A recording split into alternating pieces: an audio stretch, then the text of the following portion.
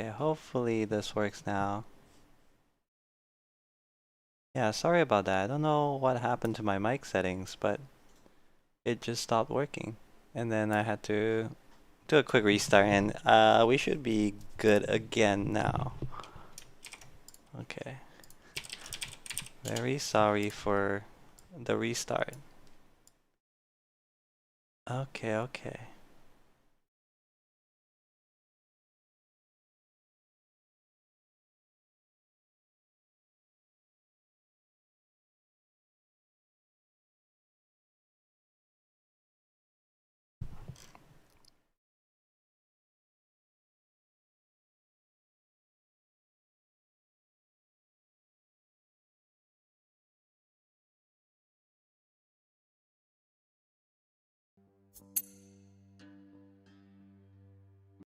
Okay. Okay. Let's get back to it.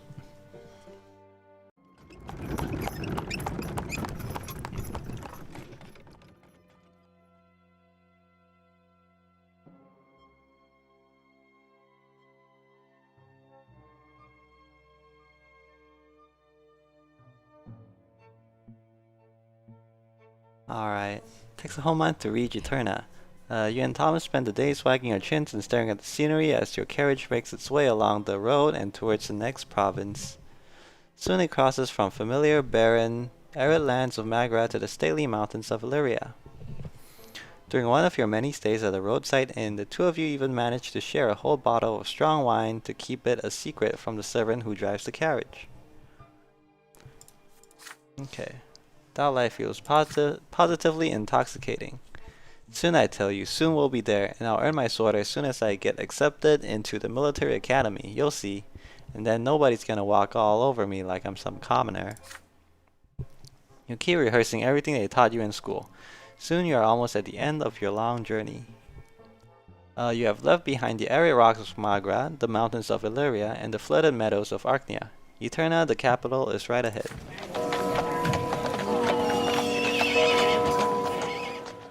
Situated at a junction between the Rigalta and Taurina rivers, the city is vast. Three majestic stone bridges keep its three shores interconnected. Soon stone paves the main city streets, gilded moldings decorate the buildings, and towering pillars reach high into the sky. Your carriage takes you past a spacious park with marble fountains and intricately trimmed bushes.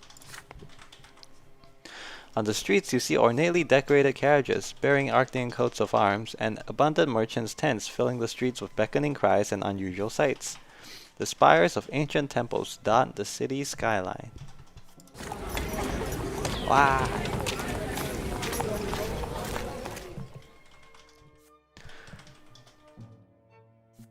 The carriage comes to a halt on a large city square with a towering marble fountain. The coachman says you have arrived. Thomas is to apply to the military academy. The academy barracks are 2 streets away. Your lodging house is in the alleyway nearby. A room has already been reserved for you. Okay. You get out onto the street and say brief goodbyes to each other. You promise to meet again after the entrance exams. Then your friend disappears into the crowded streets of the capital. Alright. Am I not taking the sim exam SM? I guess I could, but I don't have to, because I can take the priest one too, I think. You are left to your own devices in this vast city. A group of nobles walk past. They are dressed in well-fitting clothes decorated with gems and golden threads. You are not even noticed.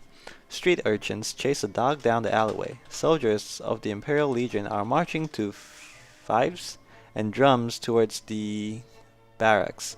Humble pilgrims are gathered to the great temple of the twins. There are the sounds of music and fountains and the smells of baked bread and garbage drains. Ooh, that's an appetizing combo. You quickly check in at the lodging house, then go back inside.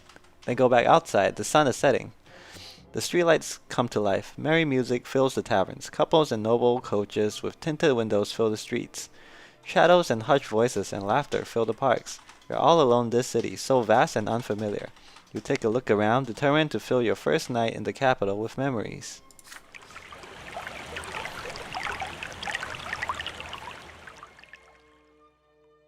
You see young nobles gathered by the fountain, talking and making jokes excitedly. One of them keeps glancing at the clock tower. They are about your age. Their clothes are hand-tailored. The two of them bear noble swords. They seem to be waiting for something. It might be a good idea to make their acquaintance. It would be most helpful to develop a familiarity with the influential nobles of the capital.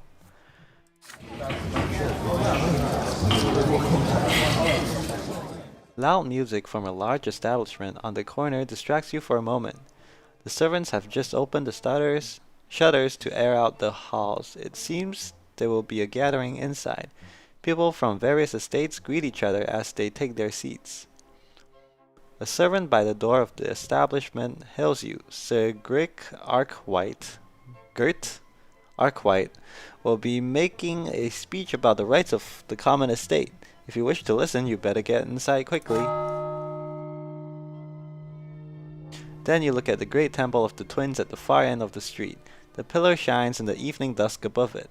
The temples are open and worshippers are flocking inside. There are too many people for an ordinary service. This must be something important. What do they preach here in the capital? What do they say of the new faith and the teachings of the patriarch Fotis? So loud, so many sounds. You snap out of your reverie when you hear loud laughter. A group of young men dressed in the colors of the Imperial College have made the acquaintance of several lovely girls. They are making their way down the road, united by merriment. One of the girls smiles at you. It is an invitation to join them. They turn the corner and walk away, but you can still hear their voices ringing and echoing through the street. A night of revelry and jolly. Loud fun doesn't sound half bad. This is your first night in Eternia. No matter what you choose, you'll remember it for a long time to come. And so many different options. Meet the nobles will get me some stats. Listen to the speech will also get me some stats. Okay, so basically choose what stats I want, right? Oh, but I have to be spending willpower.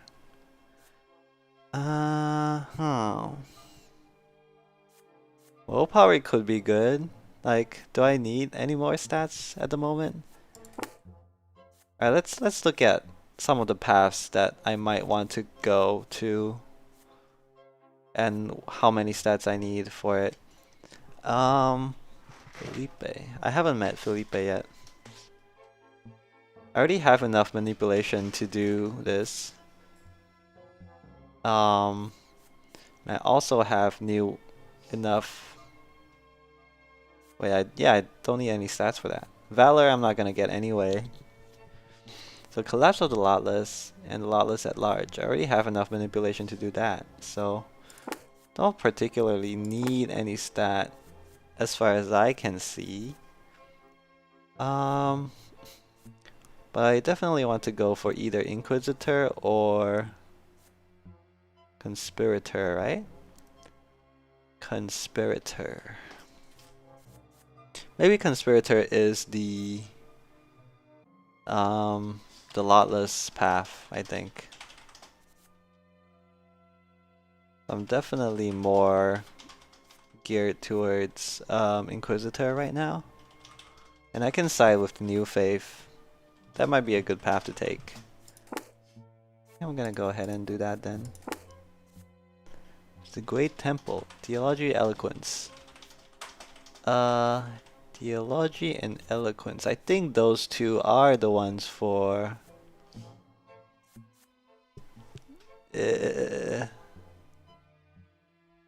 for whatchamacallit? The Priest path, right? Yeah, I am so balanced right now. Hey, I don't know. Someone told me that being a balanced build is pretty good, so, you know. Yeah, I like regular burn down the house, you know, why not? I mean, my mom had a spare life, so what am I supposed to do? I think, since I did that, I got some willpower, right?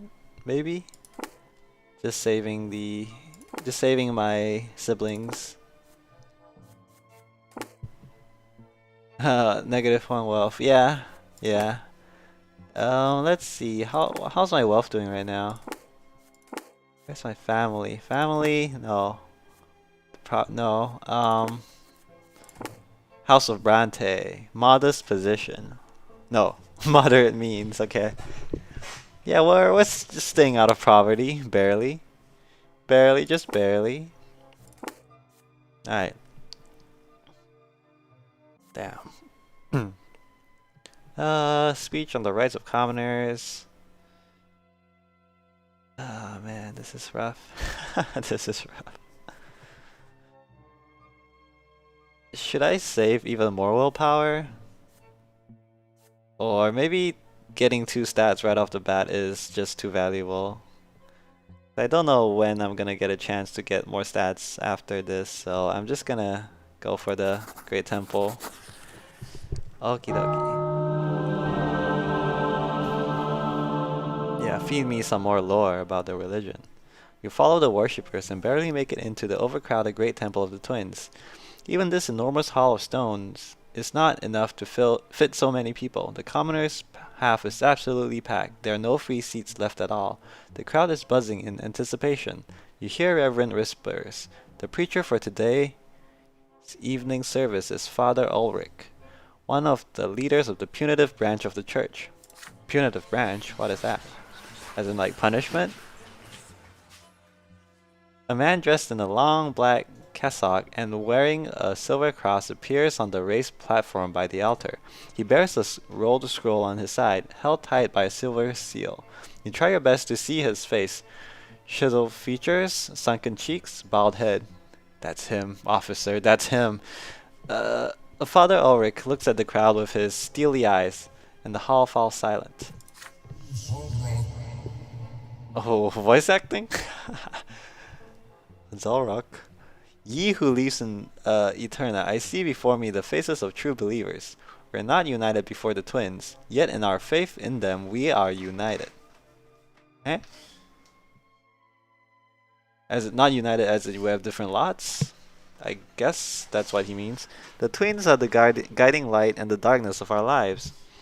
The twins are the only incontrovertible truth of this world. So says Isatius in his first book. The twins are law and will and love. Okay. Is this guy like part of the old faith then? Probably, right?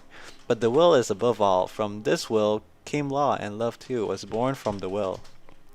The twins had the will to bring us free gifts. Those free gifts, and so the great Arcnean Empire came to be. He's not Arcnean, is he? He's not blue. The twins had the will to lead us, and so we are no longer lost in the darkness, now guided by true faith. The truest. The twins brought their teaching to us when the empire was founded, and so they created the very foundations of our lives. The knowledge of the lots, and of the hereafter, and of the past we must follow in life. This is their legacy and their gift to us. So heed these words. You who are righteous and live by your lot, you shall be brought to the peak of the shining pillar for an eternity of bliss. But you who live in defiance of your lot, you shall endure eternal punishment at the foot of the pillar. Every soul will face the stern gaze of the twins upon their true death and answer for every misdeed. There is no escape from this judgment. So heed my will, for it is the will of the twins. Follow your lot in life, and follow the words of Isatius, and then you shall reach the peak of the pillar, awaited by our gods. Okay, sure. You have heard these words many times, in the temple, in your theology lessons, and from in the pages of books. But Father Eric's speech reaches far, far deeper. It seeps into the very hidden depths of your soul, binding to the will of these words. There is no resisting this will. Wait, what? Does he have special powers? Damn, he must have maxed out his eloquence stat. Father Ulrich is right. There's no task more crucial than living by your lot so you may face the judgment of the twins in the hereafter. No, I came here to raise my stats and now I'm being fed propaganda and I'm being mind controlled. All doubts you had before your visits to the temple is gone. You feel joy at each word spoken by Father Ulrich. The truth was revealed to you all along, yet you allowed it inside you only now. You know the twins are always watching over you, always guiding, always protecting, always judging. The sermon ends in the small hours of the night. The sky is tinted by the pink shade of the coming sunrise, and the shining pillar stands standing tall against the heavens. You return to your lodging, prepare all your things for the coming day, and drift off to sleep, free of any fear or doubt. Ulrich is the worst. Okay. Guess I might see him again then. Arrival to the capital. Okay, okay. We're here. We're finally here. Sure hope I don't die. You have spent the last 3 days studying books, but today you decide to take a walk through the streets of Eterna. They are full of life as usual. You proceed to the square next to the lodging house.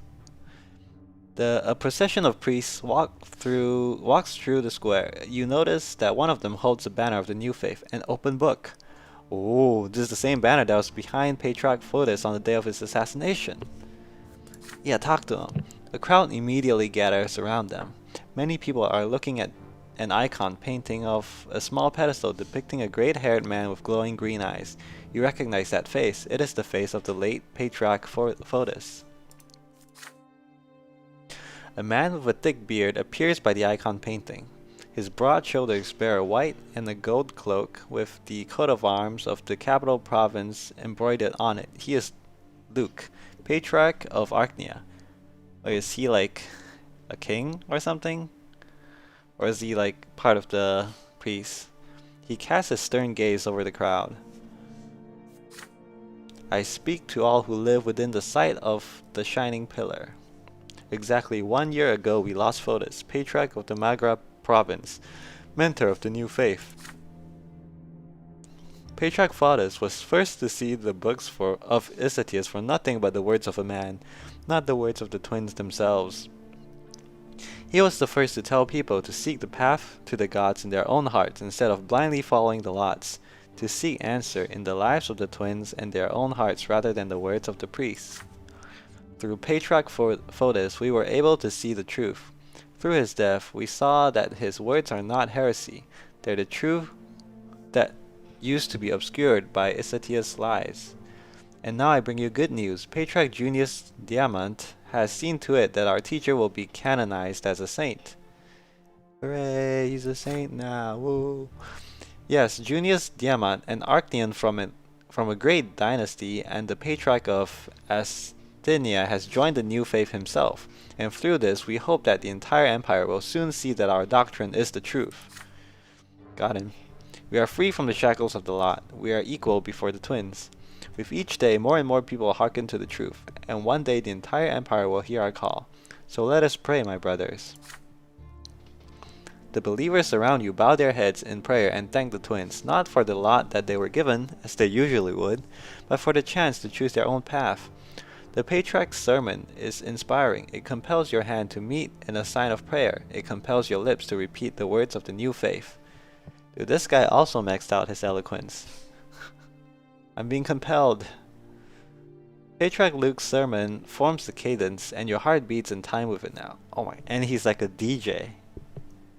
He can talk so that your heartbeat follows the rhythm. What the heck? You recall the murder of Patriarch Fotis a year ago. It seems more patriarchs share his doctrine now. The news of Junius Diamant joining the new faith is stunning. If an Archnian from a great dynasty has sided with Fotis' doctrine and agreed to see everyone as equals under the twins, the new faith must truly be putting down roots. Yeah. Oh! Oh my god, it's him! It's, what's that guy again? Ulrich. Is this not Ulrich? But suddenly, several figures appear by the podium. Figures clad in black, with glinting silver on their sides. Inquisitors. They push through the crowd and form a circle around Patriarch Luke. One of these priests rises before the crowd. He is clean-shaven, tall, with chiseled features. Everyone falls silent at the sight of him. The Inquisitor speaks with a booming voice that can be heard by all. I am Father Ulrich. In the name of the twins and by my right as an Inquisitor, I order you to turn around and leave. The words you are hearing are full of lies. Patriarch Luke has set up to poison your hearts and minds, and the Inquisition will not allow this heresy to spread. The only true path in life is the will of the twins. Life offers us no other choice. You are hereby ordered to disperse at once. Whoa. Who you calling ugly, huh? He has chiseled features, man. It's chiseled. Wait, so patriarchs and fathers are different? Like, this guy is Patriarch Luke, but this guy is Father Ulrich. Like, which one is higher? Bald. Alright, you got him there. You got him there. Most people leave the square immediately. Few want to get involved with the Inquisition. Some people stay, however. Some even shout angrily, "We want to listen to Luke. He is the Patriarch of Archnia, and he has more to say. Get away from our sermon, O believers." Ooh, got him. We will not listen to you and your hoary old lies about the lots. Oh my god. Inquisitors, bring those who may yet listen back to their lots, and leave the others to the champions of faith. What? Okay, so like, convince the ones who can be convinced, and the rest send them to the gulags? The champions of faith, what are those? Like, warrior monks, probably? The black-clad inquisitors descend from the podium and approach the people who chose to stay. With nothing but their words, they make people stop shouting and start listening. The uproar ceases quickly. They have dissected the crowd, split it in smaller groups that surround each inquisitor. Are these guys using, like, talking magic or something? With nothing but their words, they make people stop shouting and start listening. One of these inquisitors chooses to approach you. He is a humble-looking man of age with a rough haircut. He looks you straight in the eye as his lively, soulful voice forces you to listen to his words despite yourself. Yep, they're making word magic. Talkie magic. They're trolls who break up the discussion. Yep. Blah blah blah. My name is Father Jeremiah. I know your thoughts were stirred by the Patriarch's words. You are not sure whom to trust. But I teach at the cemetery. I have been studying the teachings of the twins my entire life. You can trust me. I know, can hear what I have to say. Okay. I see their light in your eyes, the light of the true faith. Will you listen to my counsel, my son? I mean, you're not giving me much of a choice, man. You feel no malice in the words of the Inquisitor Jeremiah, only hope. It is his lot to aid you, to guide you away from the error and set you on the path of the true faith. He is a priest, so he should know the truth. Or perhaps the Inquisitor himself is in the wrong. Okay, listen to his counsel. Got one theology. Debate him. Okay. Get one eloquence. Pretty good. Diplomacy. I can read diplomacy. Diplomacy is for the judge storyline, right? Oh, but if I get one more point, I can be promising. I don't want to be unknown. I want to be promising. But also, I could become an initiate. Oh no, I can become... No. I can just raise one more point in eloquence. That could be good. I would like to be more eloquent. Debate. No, but the new faith is the way to go. Start debating the Inquisitor, mustering all your knowledge and awareness of the new faith. The lots are an error introduced by Isatius. They are incorrect, obsolete, and contrary to the way of life of the modern empire. Please hear me out, my son. In these difficult times, people of your estate are the ones most tormented by doubt. Your lot is suffering, but not all of you are ready to suffer. Wow, true. But who is ready to suffer? No one. Some turn to guile and cunning to avoid it, and they end up in eternity's embrace at the foot of the pillar. Please understand, your lot requires humility. Suffering is inevitable, and so is doubt. Each of them may temper your soul, yet each may also destroy it. But know this, if you have doubts, you are always welcome at the temple. No priest will turn you away in a moment of weakness. This is why we exist, to fortify faith in the hearts of all people, to bring the words of the twins to those who have gone astray. Yeah, show me where in the twins' words do they mention the lot, huh? Tell me, tell me. Show me the evidence. Notice the Inquisition does not imprison everyone suspect of heresy. Okay, that's nice. We exist to protect souls, to guide and save them. We pursue dangerous doctrines and seek to rescue every soul we meet. Arrest or execution is our last resort, reserved only for sinners beyond redemption. You can see that I am merely speaking to you right now. I have not resorted to force, nor am I giving you any orders. Do not resist this, but rather consider the following. Did the patriarch speak the truth? You answered that Luke's sermon was far more convincing than Father Jeremiah's words. Everyone blindly heeds the writings of Isatius, who is but one man who decided he had the right to define the lives of generations to come. But people have the right to free will, you say. They have the right to choose their destiny and bear the burden of their choice. Father Jeremiah sighs in response. Oh no, they're going to send the mercenary squad on me now.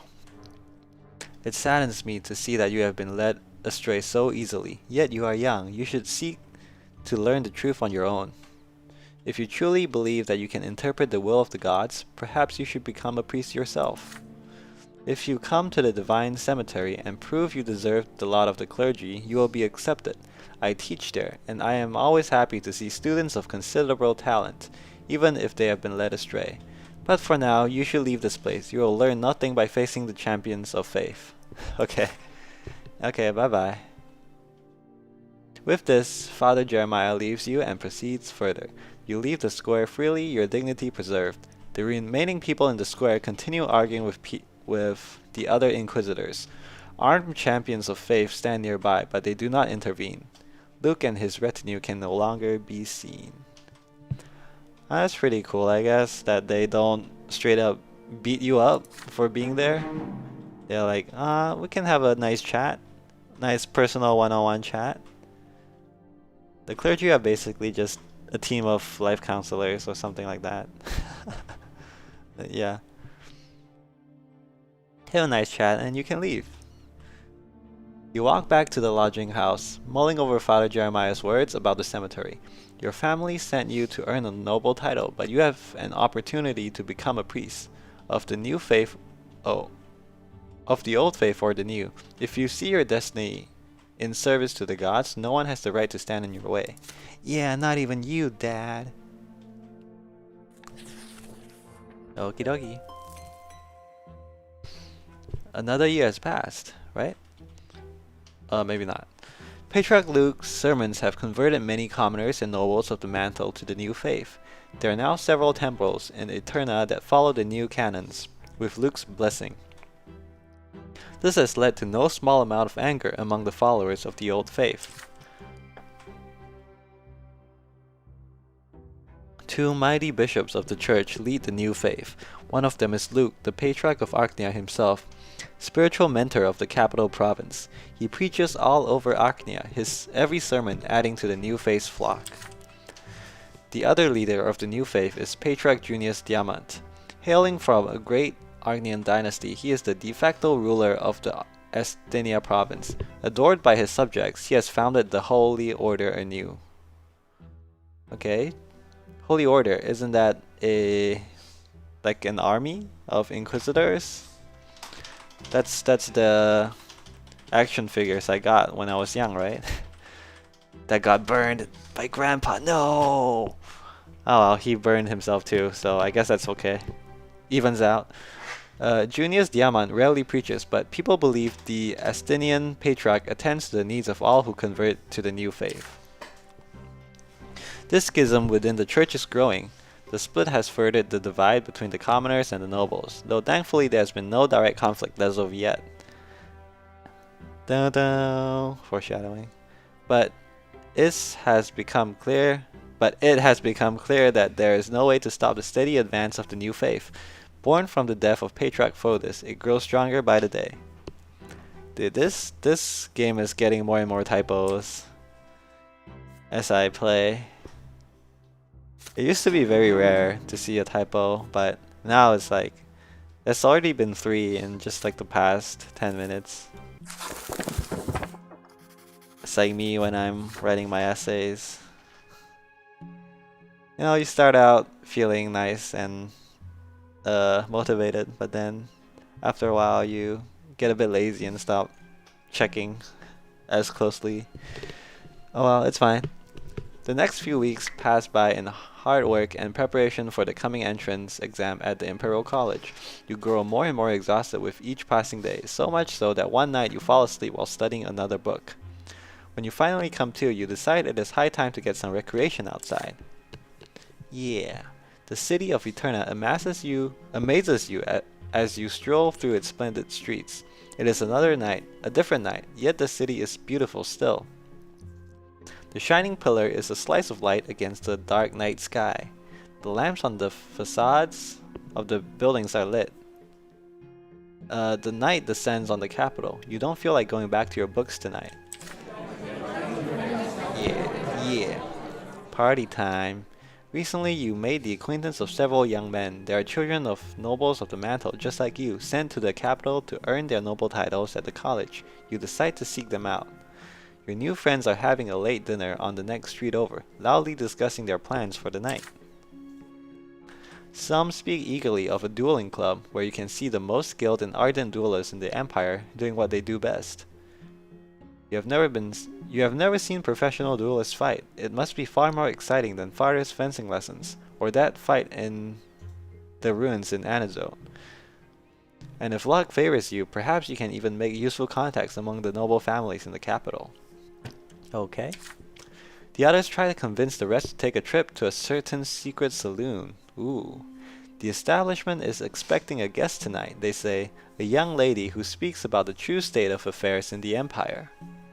There are many questions about the nature of the place and the identity of the mysterious speaker. But the young men have only one answer. They are forbidden to speak about this outside the club. However, they can take you there, as long as you aren't afraid to learn a dangerous truth. Oh ho ho ho ho ho ho. You know where I'm going. Still, there are others still, drinking the fill of wine rather than eating. Fencing, they say. Speeches? Nonsense. The place you ought to go tonight, they claim, is the Markian Society, a gathering for those of common estate but uncommon opinions that offers pleasures for everyone. Pleasures of the palate, pleasures of the drink, pleasures of the flesh. Is this not heresy and a crime? Perhaps. And yet some of your newfound friends are eager to go there. Damn, how many friends do I have? Very many. Okay. Markian Society. It's just like a having fun club, right? Theology. Wait, what? You get theology for going to the Markian Society? Scheming. In the end, your group splits in 3 to spend the night as they see fit. What will it be? A contest featuring the best fencers in Eterna? An establishment both mysterious and dangerous? Or an encounter with people who defy their lot with audacity? You weigh your options. Okay. Well, maybe I'll just gain some insight on what happens to people who defy their lot. Maybe, like maybe I'll either feel like it's okay to defy your lot, or maybe I'll feel like it's not okay. But either way, I gain some insight, so I get more theology points. That kind of makes sense. But scheming is also nice to have, I think. I definitely want to learn more about the secret society. Where is my scheming at? Conspirator, okay. Conspirator. I feel like the right play for stat gain would probably just to go to theology, to go to the Markian Society, but I kinda am curious about this dangerous speech, so I'm gonna go here. Secret Salon. Send me. The Secret Salon is an unremarkable wooden building down an alleyway a few blocks from the Great Temple of the Twins. A couple of tough, taciturn fellows at the door eye you suspiciously. Their faces are obscured by hoods. One of your newfound friends nods to them and you are allowed inside. You cool? Yeah, we cool. We cool. The inner rooms are stuffy and overcrowded. All the partitions have been removed to make room for more people. There's a raised platform next to one of the walls, perhaps a stage. There are benches all around. They are occupied by people of the common estate, most of them modestly dressed. There are artisans, tinkers, street vendors, students. Yet you see that some of them are wealthy and impeccably dressed. Okay, so maybe they're just like me. Like commoners, but some of them are more wealthy, have better means. A mop-headed man. Mop-headed? What does that mean? Damn, man, your head looking like a mop. A mop-headed young man dressed like a low-ranking clerk appears on the stage. He claps to attract the public's attention. When the house goes quiet, he reads a series of pamphlets condemning the supreme authorities of the empire and their obsolete rule. Ooh. A group of young men appear on the stage next, their faces covered in blue paint. They perform a derisive play entitled A Day in the Life of the Tempest. Oh, they're putting on blueface. They're pretending to be Agnians, right? The performances are many, but their goal is always the same. They all claim the empire is stuck in the past and has to change. Then finally, after another voice of accusation, a young girl appears on the stage and the crowd immediately goes silent. How am I here? They just let anyone in? This seems a bit dangerous for them, doesn't it? This is her, the mysterious guest they were talking about. Wait. Hey, I know this person. You look at her from the crowd, you see short black hair, a slender figure, and those familiar shining eyes. It's Sophia. Brothers and sisters, you all came to this place because deep in your hearts you know. It's Sophia, the girl who used to live next door. She's grown so much since you last seen her, but what is she doing here? Okay. Well, this is earlier than I expected. I didn't know I would be seeing her this soon. Because last time I saw her, it was just like when she escaped from her Arcnian master, right? Then she ran away. I wasn't that old then. I was like 14, and it's only been 2 years. Okay. But before Sophia even finishes her sentence, a short man in a shabby jacket jumps out onto the stage. He flashes a badge and screams at the crowd, FBI! Nobody move! You're all under arrest as accomplices to an insurrection against the Empire. I knew it. I knew they were too lenient. They just let everyone in. Imperial gendarmes? I don't know what that means. I assume police officers? FBI's? It's a sting operation. Everyone leave. Everyone run. Scatter. They barge into the house. Swords and crossbows glint in the dim light. First there's confusion, then panic. Screams of fear and outrage fill the hall. Sophia is already gone. You can barely hear the cries demanding that you stay where you are. People start pushing against the gendarmes, against the doors, against the windows. The din is deafening. Only one thought remains in your mind. You have to run. Run away as fast as you can.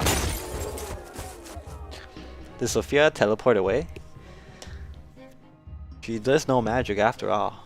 You push your way to the furthest window in the hall. A hand grabs you by the sleeve of your jacket. You pry it off without looking and keep pushing forward. The expensive jacket starts to tear at the shoulder. The window frame breaks and falls inside. Ooh, you drop down after it. Shards of glass bite into your hands, but you barely feel the pain. You have time to feel it later, but now you need to run. You run and dodge and weave through the alleyways before finally heading for the lodging house. Your heart is racing, your hands are shaking. Blood is dripping from the cuts on your arms. You have no idea what happened to the people who were arrested. Finally, you reach your room and collapse onto the bed. You are safe from pursuit, but not from anxiety. What was Sophia going to say? How did she end up here in the capital after she escaped? Was she arrested too? There are too many questions, but you have no way to answer them. Eventually, you drift off into restless sleep.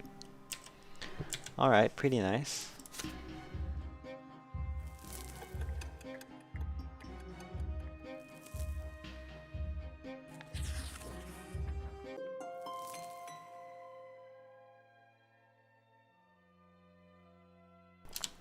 Still haven't taken my entry exams yet. I thought that would happen like instantly after I arrived, but I get to study for like 2 years first. You're on your way to the largest library in Eterna to study for your entry exams. It is right next to the college. The streets are full of people. Everyone is excited. You hesitate for a few seconds, then let your curiosity get the better of you, and head towards the place where you will soon study. Before long, you hear the shouting. The great chancellor is about to give a speech about the future of the empire. You cannot possibly miss this. You mix with the crowd and soon find a convenient place to listen and watch what is about to unfold. On the steps of the college, you see a small tribune guarded by 2 Arcnians armed with swords. This is the first time you have seen an Arcnian standing guard, let alone 2 of them. Yeah. Thought they were just all nobles and stuff. There's also soldier Arcnians, I guess. The doors of the college open to reveal a stately Arcnian surrounded by and on a guard. It is he, Cornelius Tempus, great chancellor of the empire, younger brother to the emperor himself.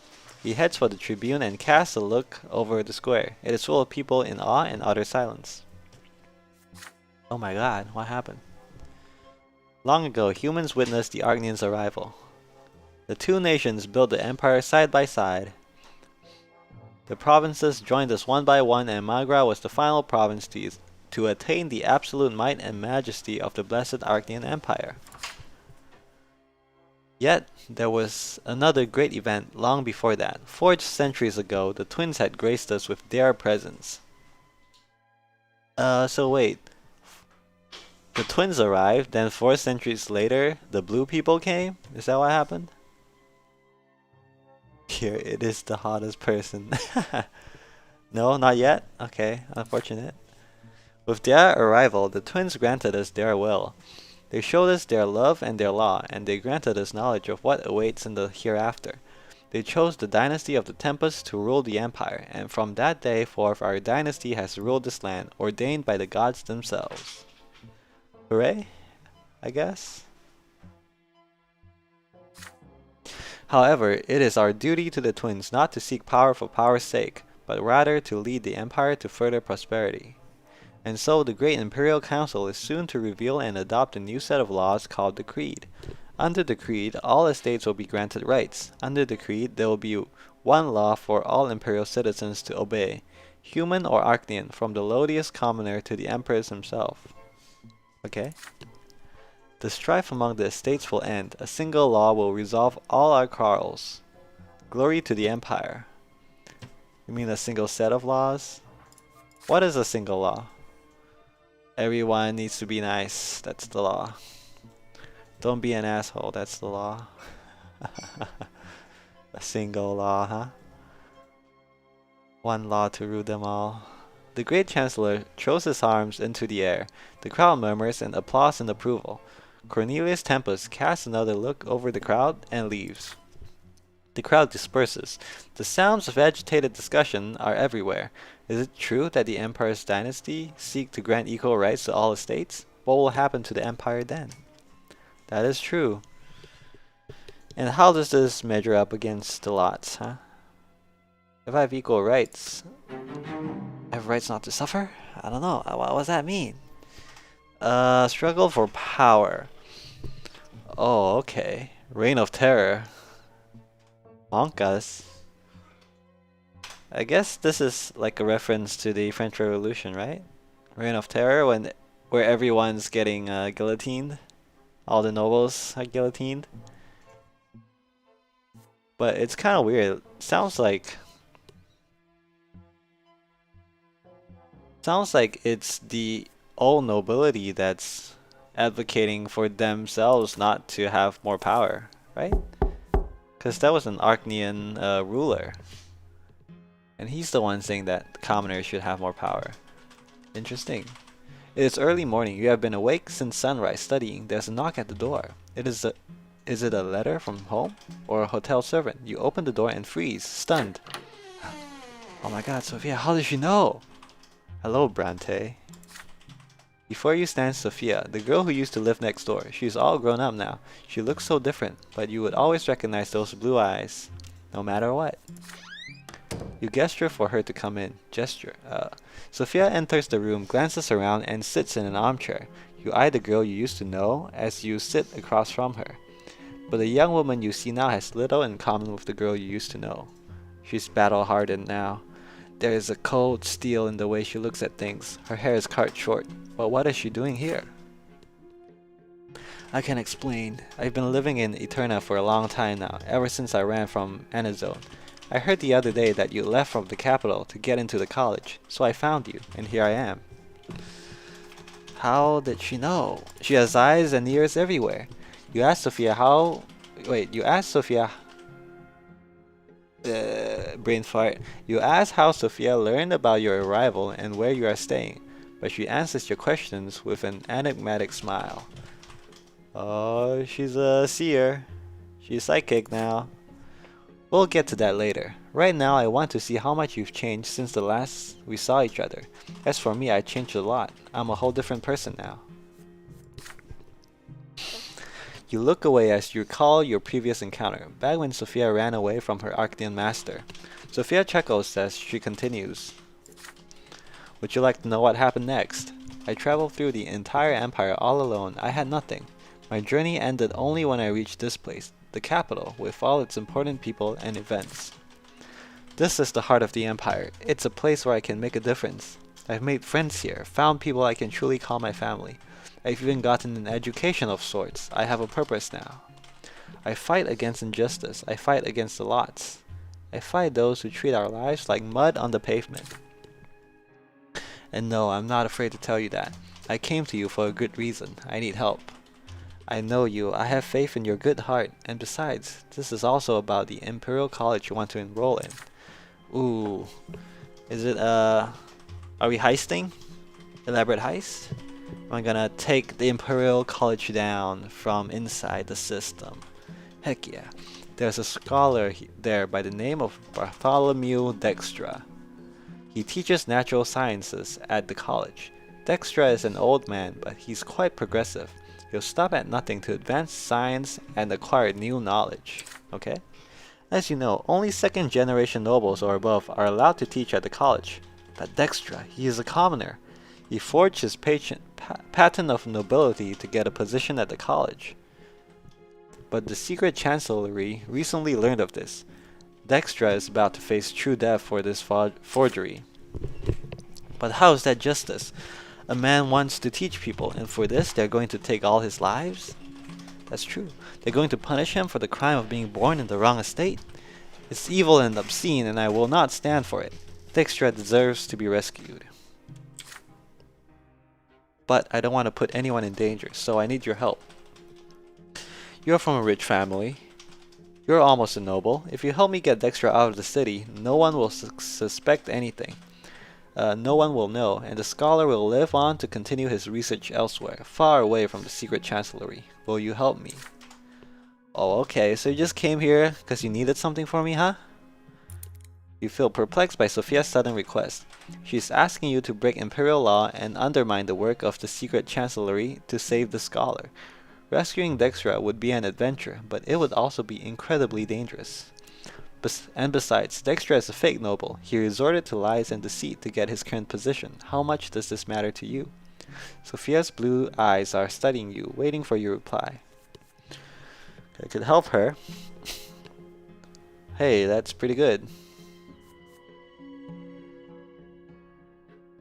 But I have to be not merciless with Sophia. What does that mean? As in, do I act mercilessly towards her, or does she think that I'm merciless? What does that mean? Either way, this seems like a good option because I get 2 stats. Oh, okay. This refusing would just give me more diplomacy instead of scheming. Yeah, I don't care about diplomacy. I'm never gonna be a judge. The path of the noble is not for me, probably. Yeah, I remember where I got merciless, but it's just why is it called merciless, you know? Why is it not just I don't know, unhappy with me? She feels betrayed by me. Okay.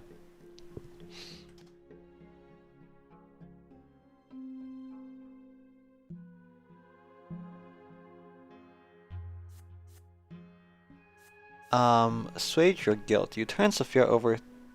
Oh, you turned her over to Aten. If you help her now, it will make up for what you did to her. Ah, okay. If I did this, it will cost willpower. Oh, and it just becomes embittered. Okay, interesting. Well, I think I'll help her. Yeah, I think I'll help her. From a completely stat-based point of view, I definitely help her. But story-wise, I feel like it's more interesting to help her anyway, so let's go. You promised to help Sophia. Bartholomew Dextra does not deserve this. He has to leave the capital. She can count on you. I knew I could count on you. Then we must act at once. There's no time to waste. Dextra is to be arrested tomorrow. Here's his address. Go there as soon as the sun sets. No one will suspect you. Dextra often tutors young men for the college entrance exams. Ooh, that's true. Tell him the owl sent you. Use the back door to get out. A carriage will drive up to the backyard. The driver will hoot like an owl. Ah. Ooh, ooh. He'll take you to the south gate. If the guards stop the carriage, just talk your way out of it. Oh, easy. Just talk your way out of it, forehead. Once you're outside the city, Dextra will ride away in a different carriage. You'll go back the way you came. I'll meet you in the Majesty Square. But wait, why do you need me to do all this? Can't you just send a letter? I guess letters can be intercepted, but... can't you go yourself? I guess it makes sense. But the driver is already in on it, so why do you need another person? Sophia's like, Jesus Christ. You nod to her words, and your hands start to shake. You are about to go against the secret chancellery. You are going to help someone escape punishment. To defy your own lot like this, it's unthinkable. When the sun sets, you leave the lodging house and walk quietly, glancing over your shoulder repeatedly. Bartholomew Dextra's house must be somewhere around here. You find the place. A genteel old man opens the door. His face is covered in wrinkles. His shoulders are stooped, and yet his eyes are sharp and lively. Bartholomew Dextra looks at you for a moment, then asks why you have paid him a visit. You tell him you want to enroll in the college and are looking for a tutor. Dextra nods and invites you inside. Once you make sure nobody else can see you or hear you, you whisper to the scholar about the real reason for your visit. The secret chancellery will be coming for him tomorrow, and he has to leave now to escape true death. Dextra freezes, then turns to you. How do you know about him and the secret chancellery? You tell him that the owl sent you, and has provided for his escape. As for the secret chancellery, they want him for forging a patent of nobility. I didn't say her name, I said the owl. The moment you utter Sophia's name, the lecturer calms down and starts packing for the journey. You watch him distractedly and notice that he lives in a rather austere fashion. It does not take him long to pack. Under cover of night we escape. You hear the quiet clacking. You hear the quiet clacking of hooves in the yard. Carefully, you and Dextra proceed to the backyard of the building. You see a carriage there. The driver hoots quietly. Hoots quietly. Ooh, ooh, ooh. You get in. The carriage rolls down the road. There is a tense silence in the closed-off space inside the carriage. The scholar wrings his hands anxiously. Through the carriage windows, you see the massive city gate passing by. You are almost outside the city, but then a loud voice reaches you. Halt! The driver obediently halts the carriage. Two city gendarmes approach you. You leave the carriage to face the gendarmes before they can get a peek inside the carriage. They look you over and ask where you are going so late at night. What, it's a free country, huh? You tell them you are the son of a judge in Magra, here to enroll in the college, and right now you wish to visit the estate of a newfound friend. To convince them further, you mention the name of a noble son you have become friendly with. The gendarmes release the carriage and wish you a pleasant trip. You drive along the high road until you encounter a peasant wagon. Diksha will take it to see a refuge far away from the capital. Before the two of you part ways, he pats you on the shoulder and tells you that you have done a truly brave deed. Yeah. You return to the city without incident. You find Sophia in Majesty Square as agreed, sitting on a bench by a streetlight, reading a book of some sort. She closes the book when she sees you and offers you her hand. So, did everything go according to plan? You nod. Then we've earned ourselves a bit of free time. Let's go. You set off on a walk through the maze of narrow back streets. Finally, you have some time for questions. What happened to Sophia over the last 2 years? She was just a girl before, a servant. How is she now a revolutionary? Sophia just smiles sadly. You've seen what I can do. I'm not just a girl. The Inquisition caught up with me when I ran away from Anazote. I ended up in the House of Humility, a dreadful place. I got collared. Do you know how it feels to lose your free will? Losing everything that makes you you? She unclasps the tall shirt collar that had been hiding her neck all this time, and you see the round mark from the anti-magic collar. Ah. Okay, but she got the collar off. They say a scar like this will remain even after a lesser death. But I got lucky. Patriarch Junius Diamant saved me.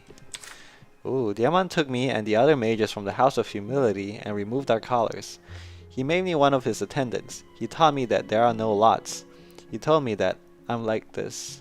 Not because I'm a freak, but because it's my nature.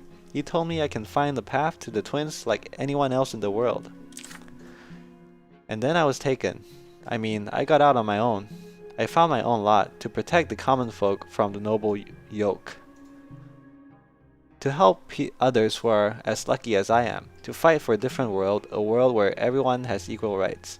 A world where mages don't get robbed of their will just because of one aspect of their birth. A world where the nobles no longer threat upon the commoners. Yes, this is our dream, but we are still so far away from it. But I will keep moving towards it, and I'll stop at nothing. She keeps moving forward. A strange, distorted expression appears on Sophia's face, but she quickly returns to normal. You keep walking until you're at your lodging house again. For a moment, you just stand there looking at each other. Then suddenly, Sophia embraces you. For a moment, she remains still in your arms and whispers, "You should join my cause. If we work together, one day we'll become a force to be reckoned with. I know you came here to find your way, but I'll never believe you really wanted to bind yourself to other people's laws and desires for the rest of your life. The path I walk is dangerous. It's almost hopeless, but it's worth living for. Think about it. Goodbye." Then she withdraws just as quickly and disappears in the dark streets of Eterna. You make your way back to your room, exhausted by the events of the day. Was this really just a single day in your life? Alright, Conspirator. I will never forget that day. For it was then that I chose the path I would walk for the rest of my life.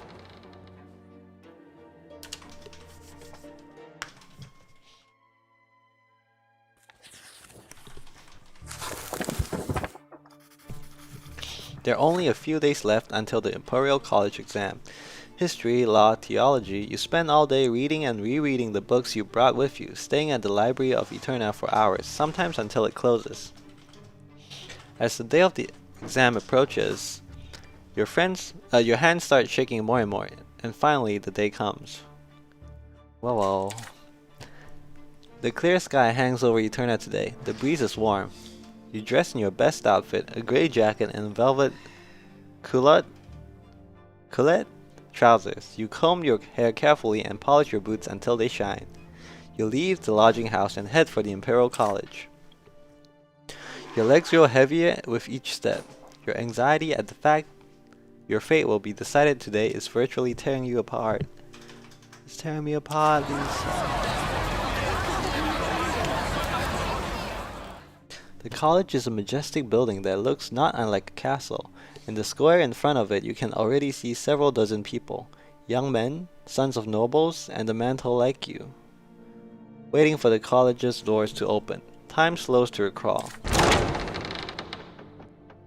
At last, the doors open. A stately man dressed in the professor's mantle appears at the entrance. He's the dean of the college. The students fall silent as the dean gets ready to deliver his welcoming speech.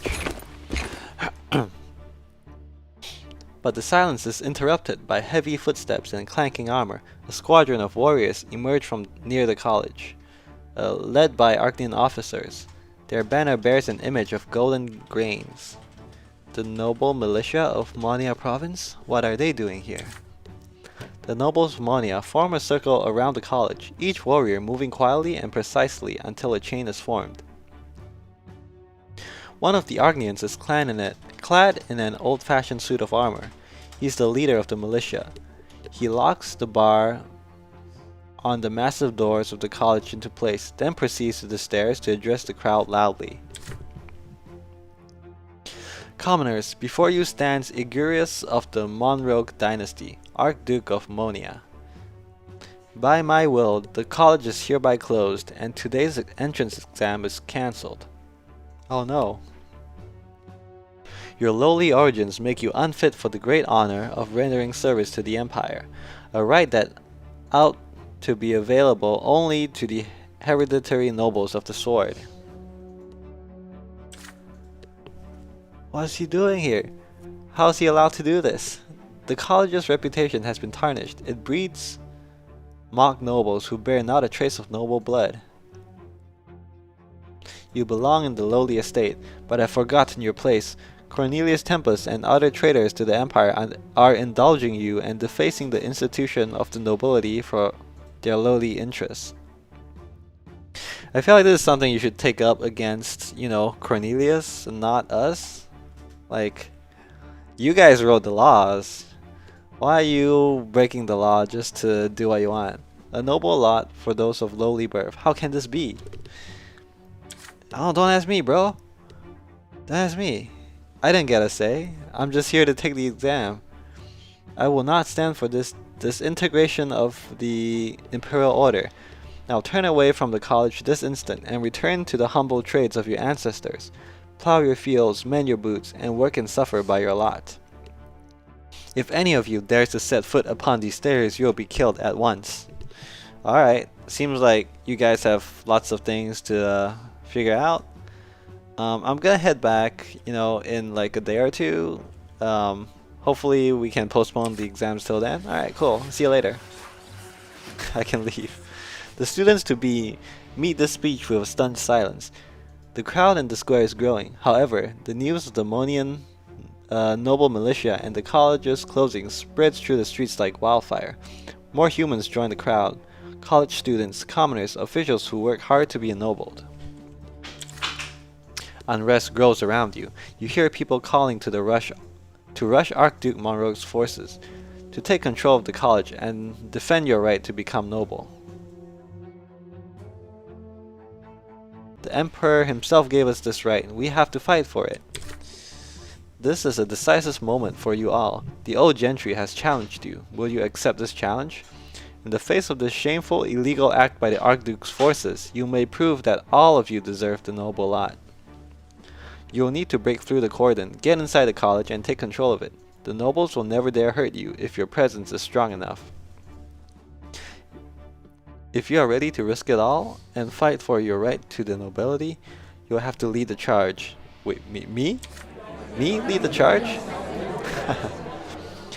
People keep coming to the square in the meantime, including students and teachers from the Divine Cemetery. The lot of the clergy is to guide others to the right path. When the estates clash, the priests are bound to intervene. The cemetery teachers instruct their students to form a line between the nobles and militia. Between the noble militia and the outraged crowd. The priests begin telling the warrior nobles and the riotous commoners to return to the preordained divine order, lest they provoke the wrath of the gods. The wrath of the gods. As the priests utter these words, the crowd around you disappears. A vision appears before your eyes. Aha.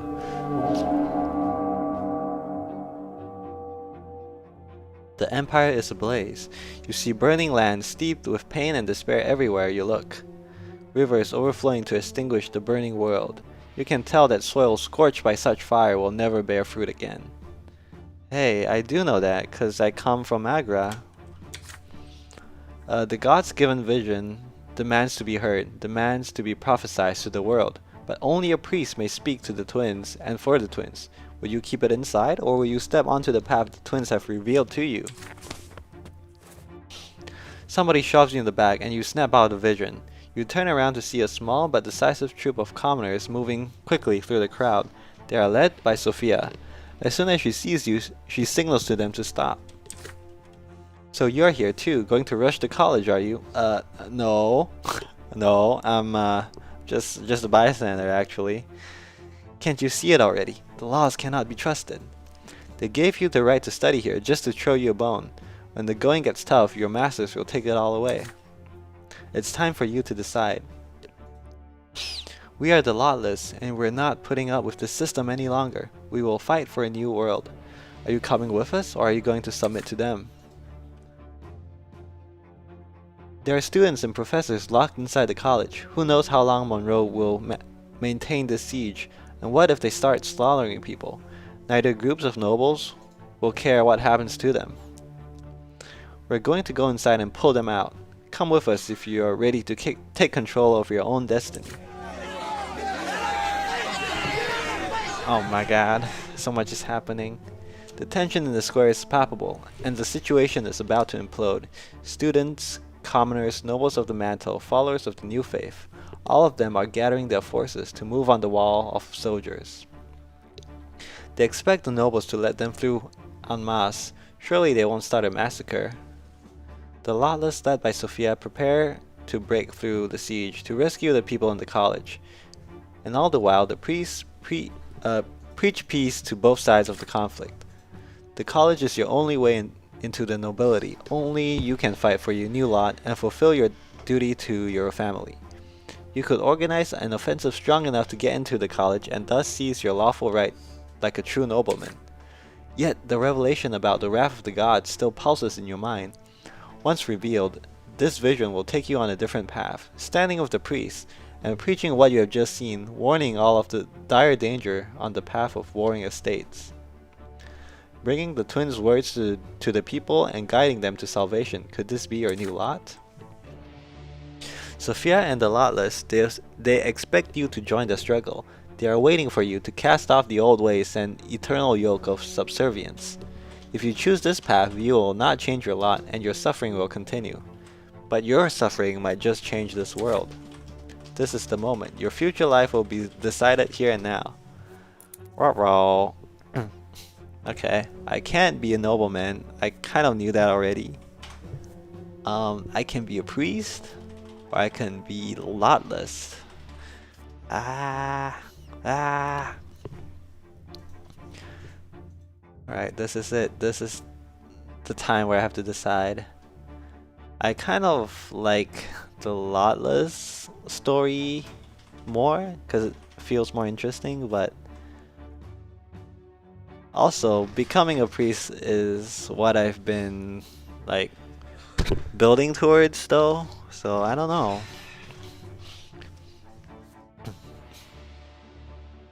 I think I'll go for the priest right now.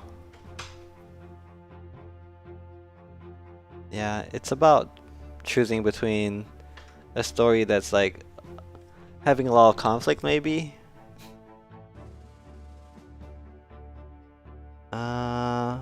Okay.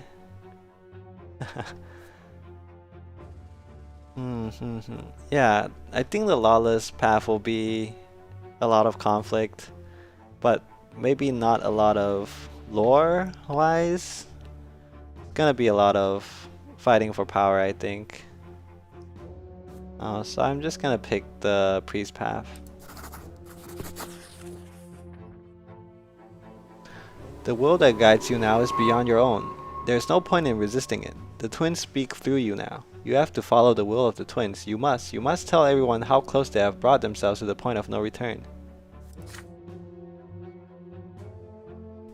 You walk up the stone stairs, raise your hands, and start speaking loudly.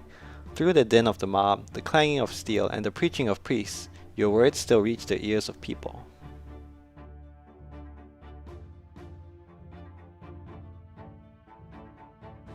Yeah, they did say that the lawless path is suffering. Yeah. There will be a dreadful fire in the city of the silver tree. In its flames, the ancient order will be lost forever. The gods' wrath will be upon the empire, and the land shall be soaked with blood. Their judgment will come, followed by the death of all lives. The death of all that lives. The last thing the world shall see will be the twins' faces, shedding bloody tears for their beloved creations that have gone astray. Such is the world's fate, yet it is not too late to change it. As you utter the last words of the revelation, you grow numb and rigid as the vision leaves you. There's a crowd around you now. They heard your every word. They heard the twins speaking through you. A hooded man dressed in a black cassock appears before you. He bears the silver seal of the Inquisition. He's accompanied by 2 warriors wearing heavy armor covered in sacred symbols. Seize this pretender. He dares to preach in defiance of his lot. Oh no, what did I do, huh? Not my fault. The gods spoke through me. They grab you by the wrist, gag you, and throw you into a dark carriage. It takes you to the Inquisition ward by the great temple of the twins. A week of silence. This is the Inquisition's punishment for laying claim to the lot of the clergy. Oh, that's not too bad, actually. Thought they would go harder than that. It's only a week of not talking. I mean, yeah, it kind of sucks, but that's a lot worse you can do. You are locked in a tiny cell, a small room normally fit for prayers. The inhuman strength you just felt is gone. You are utterly exhausted. The next week is a blur. You lose track of day and night, of dream and vision and reality. In those visions, and with your eyes, you see the silver tree growing through the walls and floor and ceiling of that tiny prayer cell. Then finally, the door opens. They take you outside. You face a thin priest with a shaved head and a piercing gaze. Oh no, him again. You recall his face. He was the man who stopped Patriarch Luke's sermon. Hello, Baldy. Father Ulrich. Good day to you, Brante. My name is Father Ulrich. Your penance is over, and it is a joy to see how you accepted it. Please understand, that penance was for you as a commoner, for such prophecies of warning are the lot of the clergy. But I heard your voice there, in the square. The twins spoke to their servants through you. Yeah, so maybe I'm already a clergy, because the twins spoke through me, so they already accepted me, and it's up to the law of man to reflect the will of the gods, so you shouldn't punish me. You came to the college seeking education and a noble title, yes? On paper, yes. It's like, never mind. Its doors will open soon, in no small part due to the efforts of Cornelius Tempest. But that is not your path. What you saw, young Brante, was a revelation. I can see why you had to preach, even in defiance of your lot. Okay. So I guess they kind of understand that. And maybe the punishment that they gave to me was just like, you know, just lip service, maybe? Just like a formality? But truly understanding the will of the gods is no simple task. It is something you must be taught to do. Your future is at the cemetery. I can see you are ready to become a priest. The gods themselves will have chosen this path for you. I will keep a close eye on your progress, Piper Brante. Okay. You walk out of the Inquisition ward, released. Wait, I missed my entrance exam. No! The great bell of the great temple rings, echoing over the capital. You feel a great union with the sound. It resounds within you. It courses through you. It brings a clarity of purpose. Before your mind reacts, your lips are already whispering a prayer. This is it. This is your path. The divine cemetery is right by the great temple. Its doors always open, and you enter those doors. The teachers will test you in several days. Before that day comes, you must live in the prayer cell at the cemetery. Okay, sure. When the day comes, they put you to the test. A priest examines you on your knowledge of the prayers, the works of Prophet Isatias, and the signs of the Great Descent. In your response, you mention the silver tree in your hometown. You mention being at its very roots. The final question comes, what brings you here? You wish to see and understand the will and love and the law of the twins, you reply. The priest nods at your words, satisfied. You are now a student of the divine cemetery. This is how your new home and the place where you will prepare to receive your new lot. You will become a priest. By the law of the empire, you cannot inherit family property or titles. Oh, whoops! Forgot about that one. Sorry, Dad. Guess I can't take over the family business. I'm a priest now, so oh well. You're to carry the word of the twins into the world, from this moment forth and until true death takes you to the hereafter. Clergyman's Path. Enroll in the cemetery. Okay.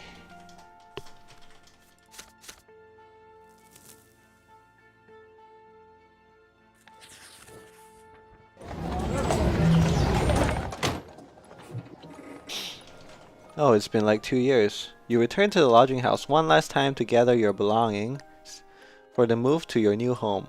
A young man dressed in the uniform of the military academy greets you by the door. It takes a moment to recognize Thomas. Your friend locks you in an embrace. Brante, hey, how are you? I learned about the nasty stuff that went down in the college square. Those damn gentry would do anything to keep low-born folks under their thumb. Glad the situation resolved itself. As for me, I'm an academy cadet now. He is beaming with pride. You invite him in and chat while you pack. Thomas continues to relay the news as you walk up the stairs. I made it into the top 10, can you imagine? Did pretty well in sparring and the sciences. It was all thanks to the help you gave me back in school in Anazote. I'll be studying the art of war now. And then it's a quick march to a noble title. How about you? Wait, so he didn't go to the Imperial College, right?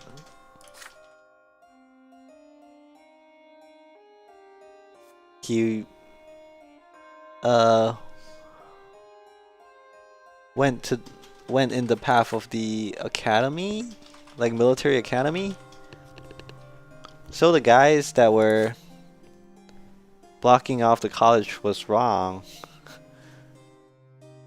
Didn't they say that going to the college is the only path to become a noble? Or maybe that's something I thought to myself, but that's clearly not true. He didn't go there and he's going to become a noble, right? You tell Thomas about what happened over the past few days and off the path you have chosen. He remains quiet as you speak. Both of you realize that you may never see each other again. Bro. You know, Brante, here's what I think. You may have your own path in life, but you're my friend. We're gonna make sure our friendship lasts forever, no matter what happens to us. Will you marry me? Here, I brought 2 brass rings. If the old tradition is to be believed, both the rings and their wearers will remain close to each other, no matter where fate takes them. What do you say? The two of you grew up side by side.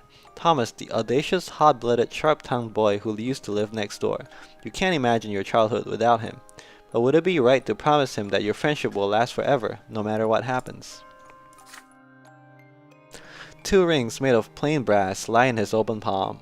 If you wear these rings, you will be bound by the ties of friendship for the rest of your life. Oh, okay. Swear an oath of friendship. Okay, if I'm a nobleman, I can do that. Okay. Take the ring. I can take the ring. The two of you have been friends for a long time. It seems unthinkable that your friendship could ever end. Okay. Even if I don't swear an oath, I can still take the ring. And the result is kind of the same, a bond of friendship. Ah, but the relation will be closer. Wait, no, it's the same. It's the exact same, okay? The exact same. Because I have enough relation with him. Okay, cool. Keep things as they are.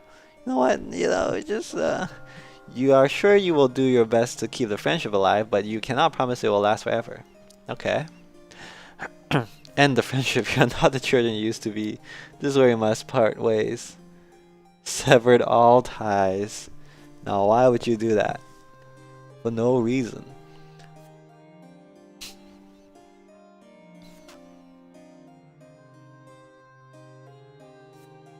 This is such a weird option.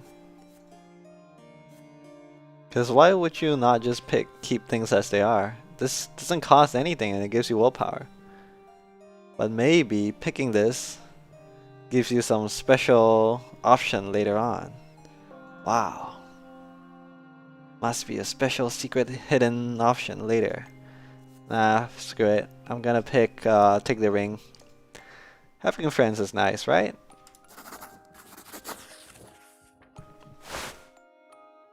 You take one of the rings from his outstretched palm. The two of you have walked side by side ever since you were children. Even though your paths in life may diverge, nothing will ever tarnish your bond. You are ready to preserve your friendship in brass forever. You put the brass ring on your pinky, a perfect fit. Thomas does the same. He starts beaming again. Now we're friends forever. Yay, BFFs. For all eternity, we gotta celebrate this. Come, I know a place. I gotta show you. Tastiest meat I've ever tried, Brante. My treat. As a priest, am I allowed to drink? Well, I'm not a priest yet.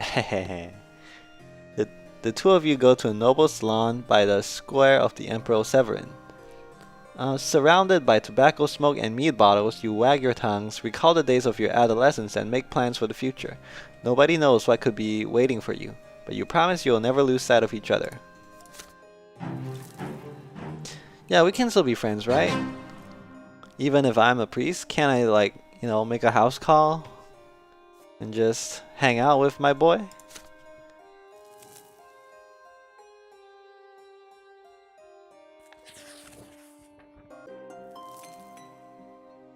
After deciding to enroll in the Divine Cemetery, you write back home. Sorry, Dad. It isn't an easy letter to write. Father sent you to the capital to enroll in the college, but who could have predicted Archduke Monroe's assault on the college, or the revelation that you found there?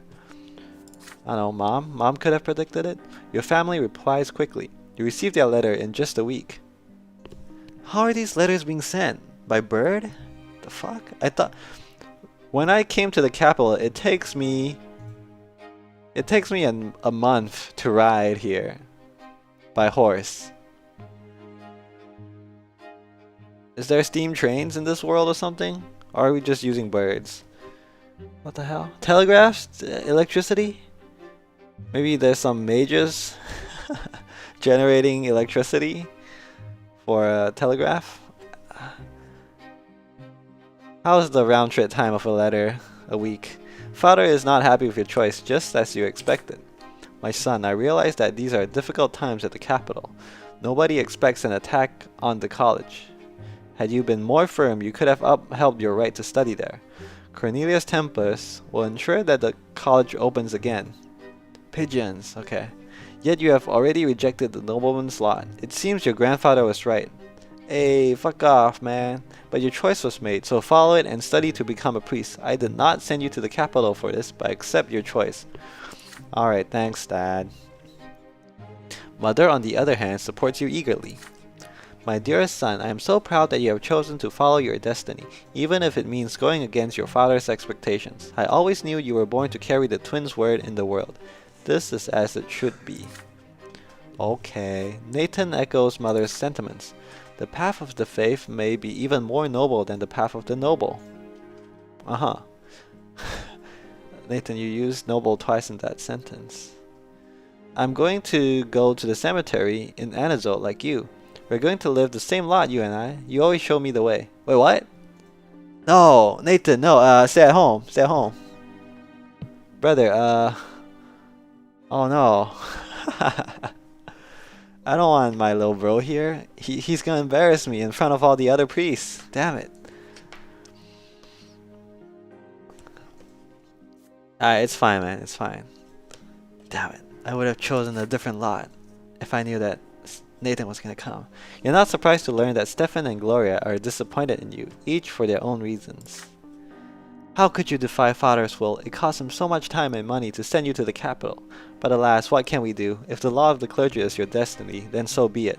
We of the noble lot will attend to our family's future from now on. Alright.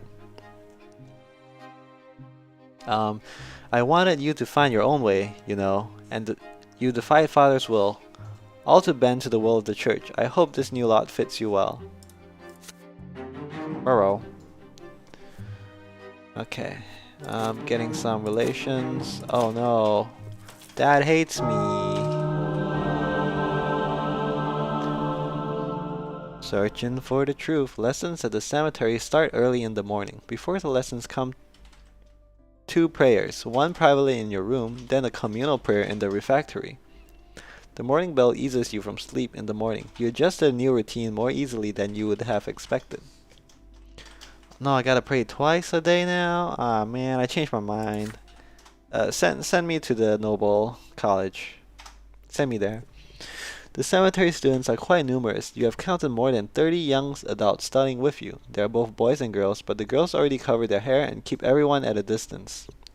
Most of the time, the boys and girls study separately, unless the lesson is of particular importance. Why? If you're going to split them up anyway, what's the point of making them come together if a lesson is extra important?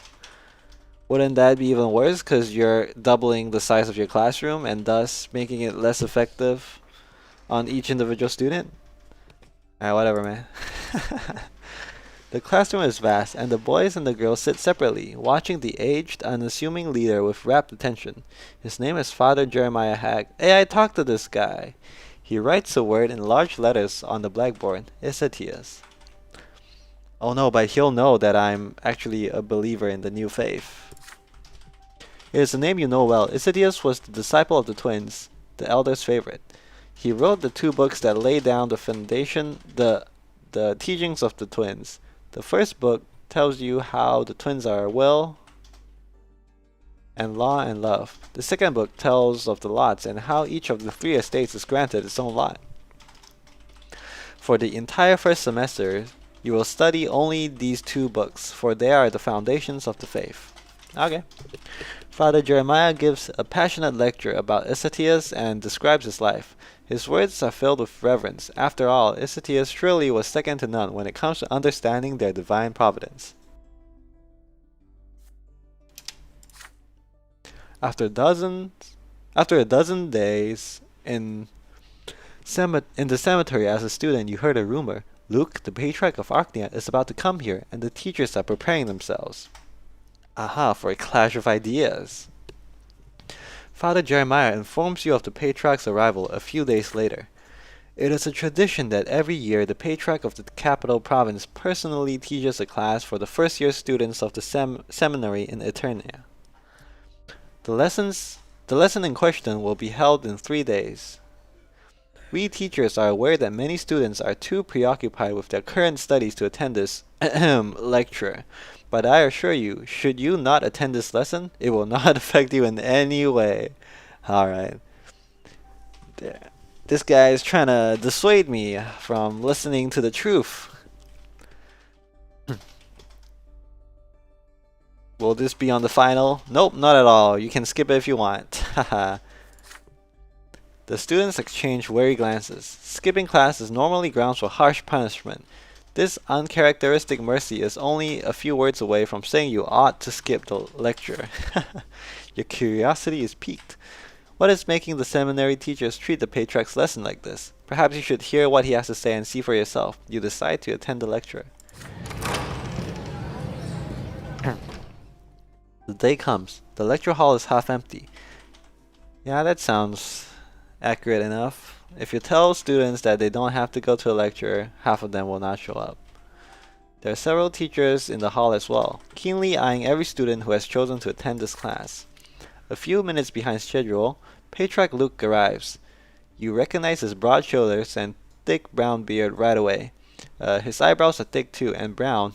Half squinting eyes gaze out from under them. He greets the students with a smile and begins. Yo, all you are being taught is a lie right now. Only read the first book of Isetia's teachings. Thank you. The lots are a lie. Goodbye. Alright, that's his whole... Okay, never mind. I gotta read it. The air in the cemetery is so inspiring. There was a time when I too studied the teachings of the twins within these walls. My mind was overflowing with questions, but I found answers to only a few of them. I believe that many among you find little satisfaction in the answers that have come down to us from the faraway past, and I believe that you will yet find the answers that eluded me. More than 1,000 years ago, that's a long time, the twins came to our world. They brought us knowledge. After true death, each of us shall face divine judgment and retribution, and the fate of each of us in the hereafter depends on the righteousness of our worldly lives. Yep, sure. You are students of the cemetery. You are now studying the teachings of Isetius, the foundations of our faith. This student of the elder twin lovingly assembled all their words, all their guidance, and brought it to us who live in the present. But how true is it that the bonds that hold our very present society together, were indeed established by the gods? Aha, now he's getting somewhere. There are whispers from the teachers' seats. They are not happy with these words, but none of them sees fit to interrupt the patriarch.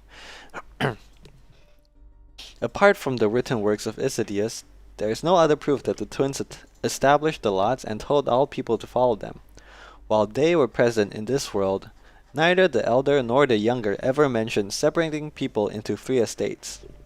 The twins only told us of the judgment we shall face in the hereafter, and not the laws by which they will judge us. Huh. Right. So you will be judged, but we don't know by what. Like, by what rules? By what criteria? That being said, I will ask you a question. The very questions my brethren fear so much. Is there not a chance Isetius was in error, for no mortal man is free of error? And is there not a chance we all are in error by repeating his words? Instead, would it not be more sensible for everyone to interpret the teachings of the twins individually? Perhaps the solution in the teachings of Isetius was right for Isetius himself, but not for all of us. The teacher's displeasure grows louder and louder with Luke's every word. Finally, Father Jeremiah grows indignant enough to interrupt the lecture. This profane speech must end. How can a man of your rank be so imprudent and irresponsible as to confuse young people with such ungodly heresy? You will find that no soul in this hall will ever doubt the truth as it is written in the sacred books. Sorry, teacher. Actually, I gotta tell you that I side with Patriarch. I'm a mortal man like Saint Isetius, so I may be in error as well. If this is indeed so, and no student of the cemetery shares my concern enough to dedicate a paper to the question I have asked, then I will curtail my dangerous speech so as not to confuse these bright young souls. But if perchance you are the ones in error, if one of these bright young souls does in fact share my concerns, then my lectures on my outlook on Isetius and his writings will continue. The patriarch leaves. For a time, the teachers converse in low voices. Then, Father Jeremiah casts a watchful eye over the student and rises. It is natural for young people such as you to face the eternal truths with doubt. And the words you have heard may have sown themselves among those youthful doubts. But listen to what I am about to say. There is no place for such impiety in the life of a true priest. Heed my words, all of you, and consider the danger well before you allow such dangerous thoughts into the temple of your mind. There can be no doubt that the Patriarch of Archnia could ever call the true faith into question. However, youth such as you, who are only beginning their service to the twins, may easily be led astray by such ideas. So be mindful of your thoughts and doubts, and weed out any impiety, for the path of heresy can lead only to eternal suffering. You return to the monastic cell in which you live. The books of Icetius are right there on the shelf. You open the second book and run over the words about the lots. These words are the truth of truths. You learned them by heart when you were very young. How could anyone ever doubt them? Yet you cannot deny that there is at least one truth in Patriarch Luke's words, and this truth is gnawing at your mind. Icetius was indeed a mortal man, and as a mortal he could have been in error. He could have gotten it all wrong. These thoughts fill you with doubt. Ahaha. Wow, nice.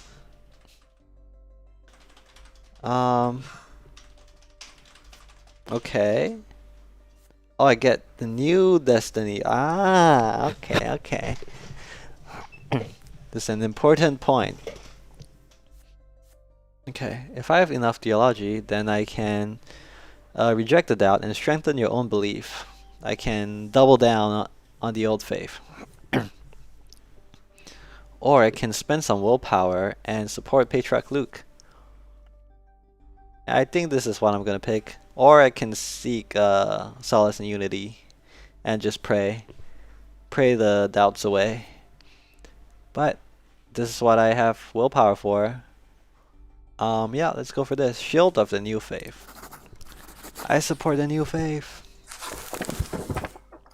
Every man makes mistakes. Anyone can misinterpret or misunderstand something. This notion burns in your brain, so uncomfortable it hurts. Pursued by the thought, you flee to the seminary library in search of answers. 1 second.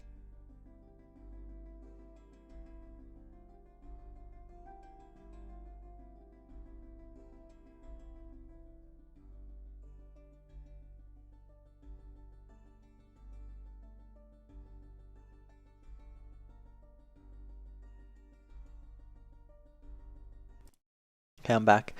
You painstakingly pore over book after book. The accounts of Icetius' life are inconsistent and often contradict one another.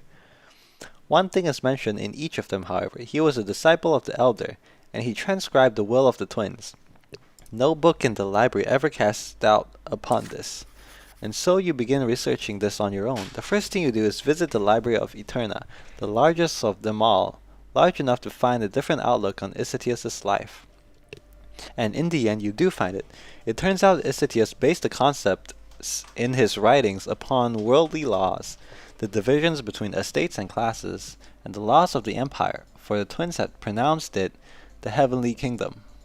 Therefore, any critique of the divine lots must be sought in the laws of the empire. By the end of your semester, your research paper is done. You hand it to Father Jeremiah. Uh-oh. He's gonna ban me from the school, man. He's gonna kick me out. I'm gonna get expelled. Nobles of the mantle are ordinary people who have decided to change their lot. Priests cannot have families or bear children, and any commoner or noble may elect to accept the lot of the clergy. New lore. Hell yeah. The differences between estates and classes are becoming blurred. Dude, that's what I'm saying, man. If you have to follow the lots or burn in hell, then how come people are still becoming nobles, huh? From commoners. The differences between the states and classes are becoming blurred, as are the boundaries that separate the lots. The states may change, and so the lots may change. And new ways to change one's lots may soon appear. Yeah, you back this notion up with the growing authority of industrialists among the commoners. Some of them are wealthier than the nobles of the mantle, or even the nobles of the sword. They manage factories, and so they wield power like a noble would. Ooh, yup. Bit by bit, word by word, you prove that the words of Icetius are not unquestionable. In fact, they must be questioned. The empire is changing, people's lives are changing, and so the divine law must change as well. The lots are already being defied in our ordinary lives left and right, you conclude. So is it sensible to preach them so fervently? while turning a blind eye to the changes taking place around us? Oh, silver tongue, baby. That's a fire paper, man. Father Jeremiah grows furious as he thumbs through your paper. He rips it apart. No, I haven't made the backup yet. And punishes you for showing a weakness of faith. Patriarch Luke will continue to hold yearly lectures at the cemetery, but you are barred from attending his visits ever again. Oh no. You have no free time now. You spend every day at the scriptorium, transcribing the teachings of Icetius. Page after page, book after book. Oh no, I'm being punished. By doing transcriptions. Alright. But I'm more eloquent now. Ha ha ha ha, silver tongue, baby. Event has happened. Have you side with the new faith and support the transformation of the church? Unfortunately, I don't think I can collect Exodia in this chapter.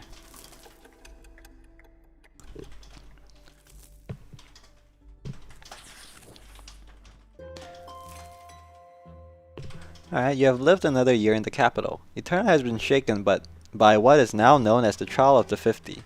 50 people stand trial at once, all prominent members of several political circles. They are accused of treason and conspiracy against the crown. The accused spoke in favor of reducing the power of the nobles and granting more rights to the common estate. There's no mention of a rebellion, yet those words alone were enough to indict them. Every session of the trial is open to the public. It is a show of power made to discourage people from forming such circles ever again. You attend one of these sessions. So is this like the... There was an Archnean emperor, right? That was preaching for rights of common people. Is he part of the 50? The 50 faced their verdict. Forced labor in the mines of Magra and Illyria for regular members, and true death for their leaders, 6 men and 1 woman. Their public execution takes place in the central square of Eterna. Yo, forced labor for how long, man? That might be a fate worse than death. If, you know, you have to commit hard labor for the rest of your life. If it's like a few years, okay, fine. I'd rather take that than dying. Probably. You remember the woman. Her name was Annie Sirin. She made a speech before her execution. A young woman, not too tall, her face almost plain, with long bangs over her eyes. She looks calm, even at this moment. You cannot believe she is about to leave this world forever. Annie Sirin takes a look around before she speaks. Her voice is quiet, but you are close enough to hear every single word. She says she is happy to give her lives fighting for the rights of the people. Her cause will never die. Annie claims others like her will continue their work in hiding, for their cause is right and just. She is dragged away to the others. They put a sack over her head and tighten a noose around her neck. A hand yanks on the lever, and the 7 dangle in the air. Their feet tremble at first, then grow still. Rip. There are gasps and cries of discontent in the crowd. I feel like that's like a common trope. It's always a trope, right? People gather around to see execution, and then when it actually happens, they're like, "Oh no, how horrible! I can't believe I just watched someone die. Absolutely disgusting. I can't believe it." And yet they showed up for it themselves. I guess that's like what it means to have like morbid curiosity, right? Okay. I think I'll do one more of these chapters, and then I'm gonna call it a day. Your studies at the cemetery continue.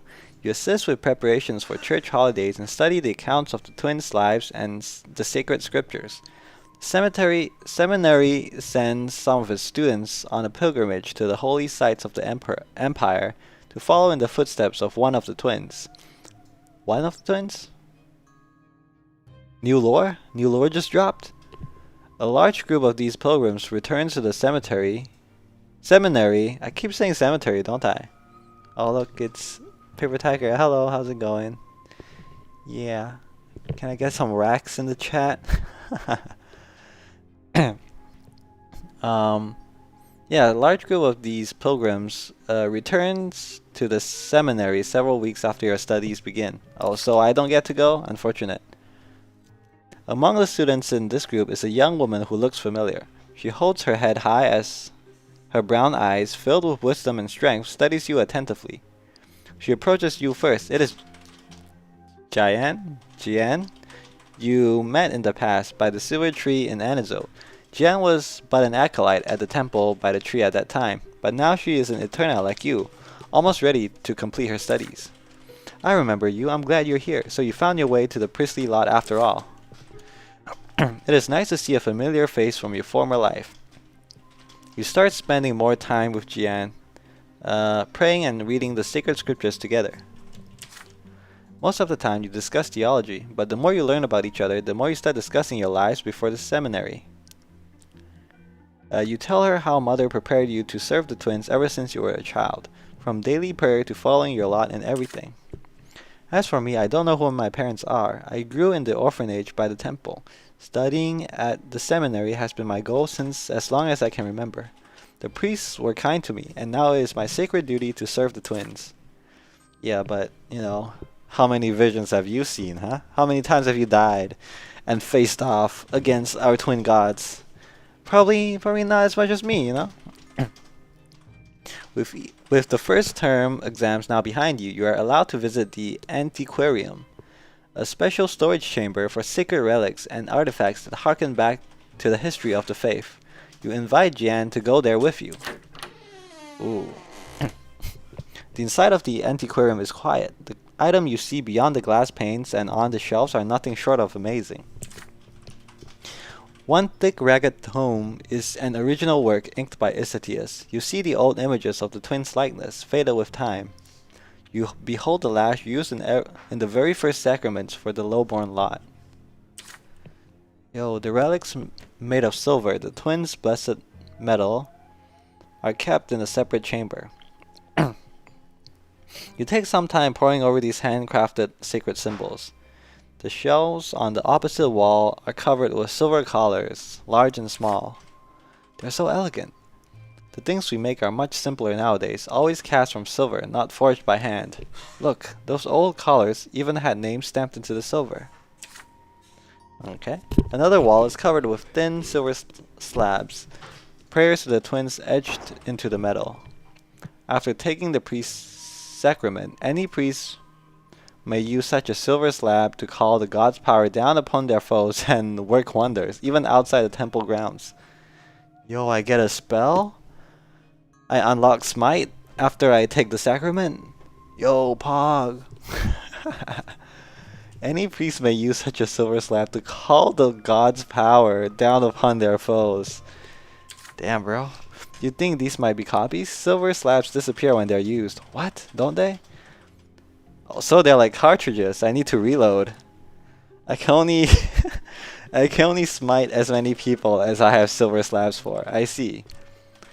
Just imagine the temptation, working wonders anyway, just like that. Yo, silver must be a popping industry in this world. Help, my grandfather is sick. Alright, bring me your priest and some silver. And then just work wonders on him. He's healed, he's cured. Yes, spare one of his lives. There's one more chamber at the furthest end of the antiquarium, with only one relic within. Oh, what? Those slabs are made by the mages who got collared by the clergy. Like they're being made right now? They're still being made? Or is it like they made them and then the clergy don't want them to use any more magic, so they collared them, and now they're in short supply? I don't know. Probably they are making them. But can only mages make them? Or can anyone make them? It's just silver, right? It's not special?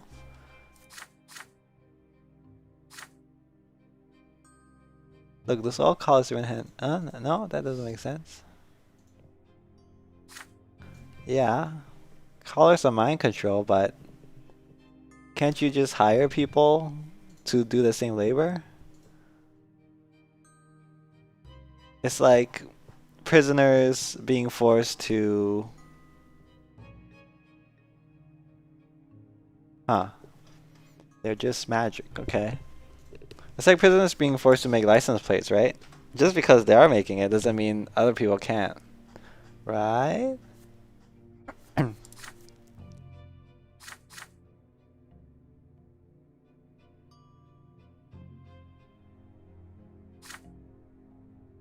Thin silver slabs. Prayers to the twins etched into the metal.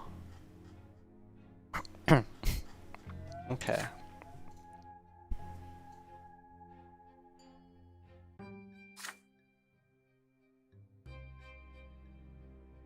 Yep, I'll see. Haha. Right. Okay, yeah, there's one more chamber at the furthest end with only one relic. The only room here that is guarded. Your voice trails off when Jian and you feel the eyes of the chamber guard upon you. He bears a scroll with a silver seal on his cassock, an Inquisitor.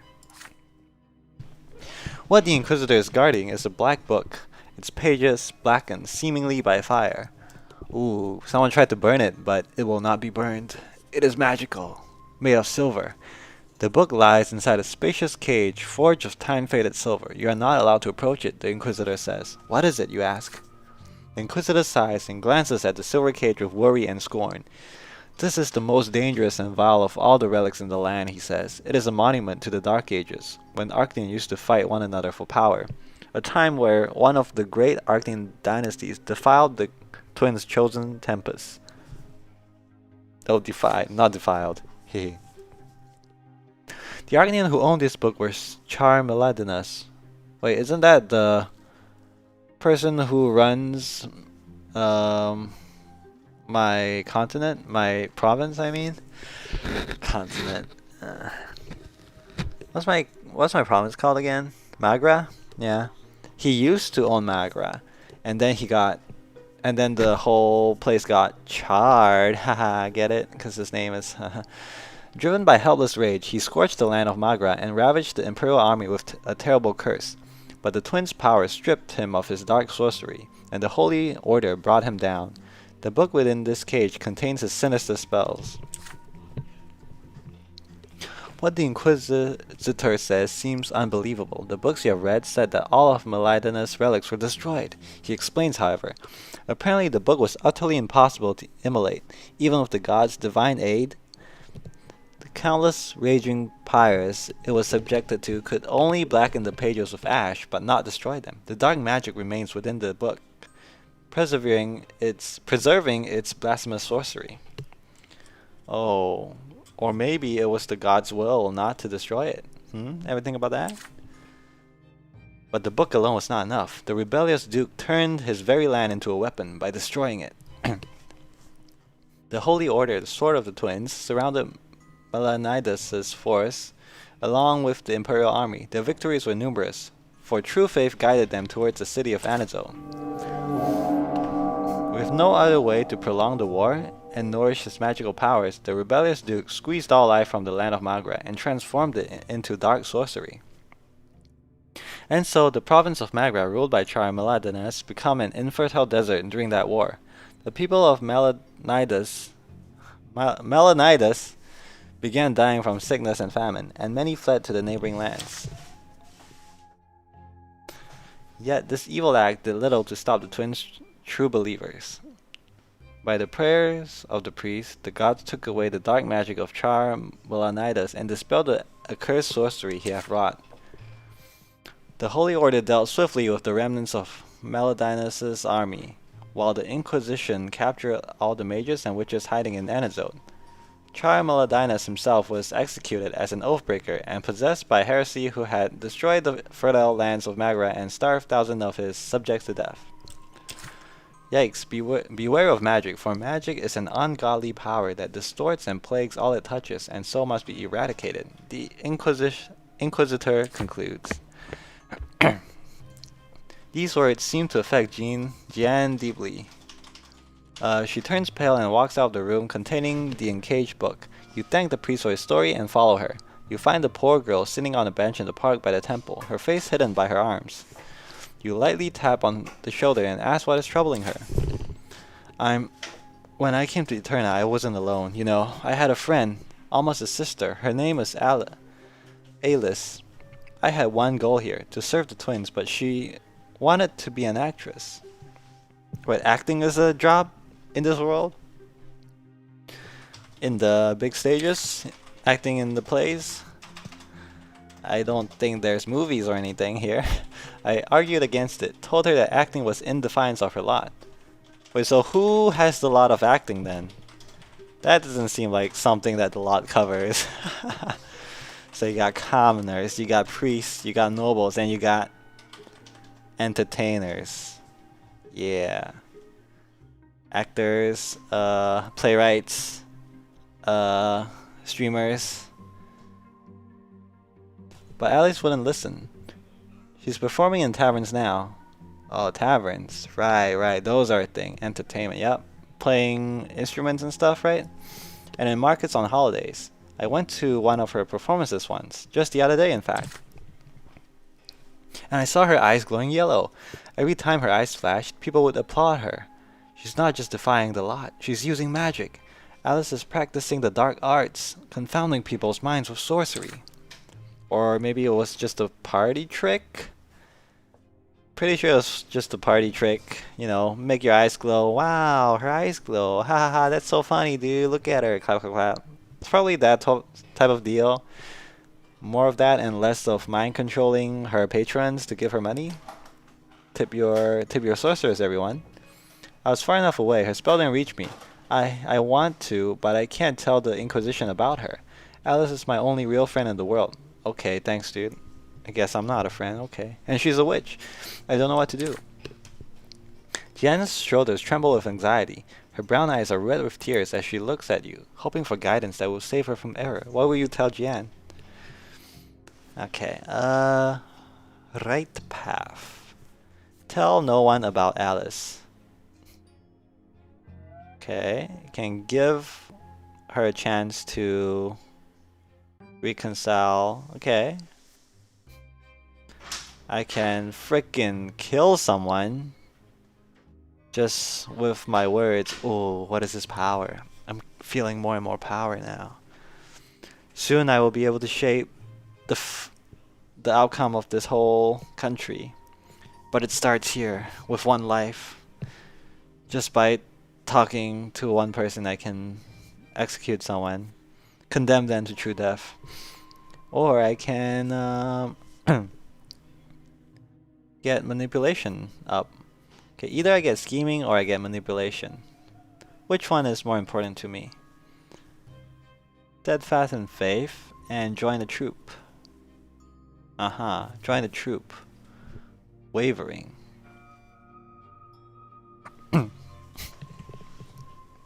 Wavering might be good. Because wavering kind of means that I might be able to bring her over to my side, to the new faith. Starts with doubt. You gotta sow the seeds of doubt. It's inception, baby.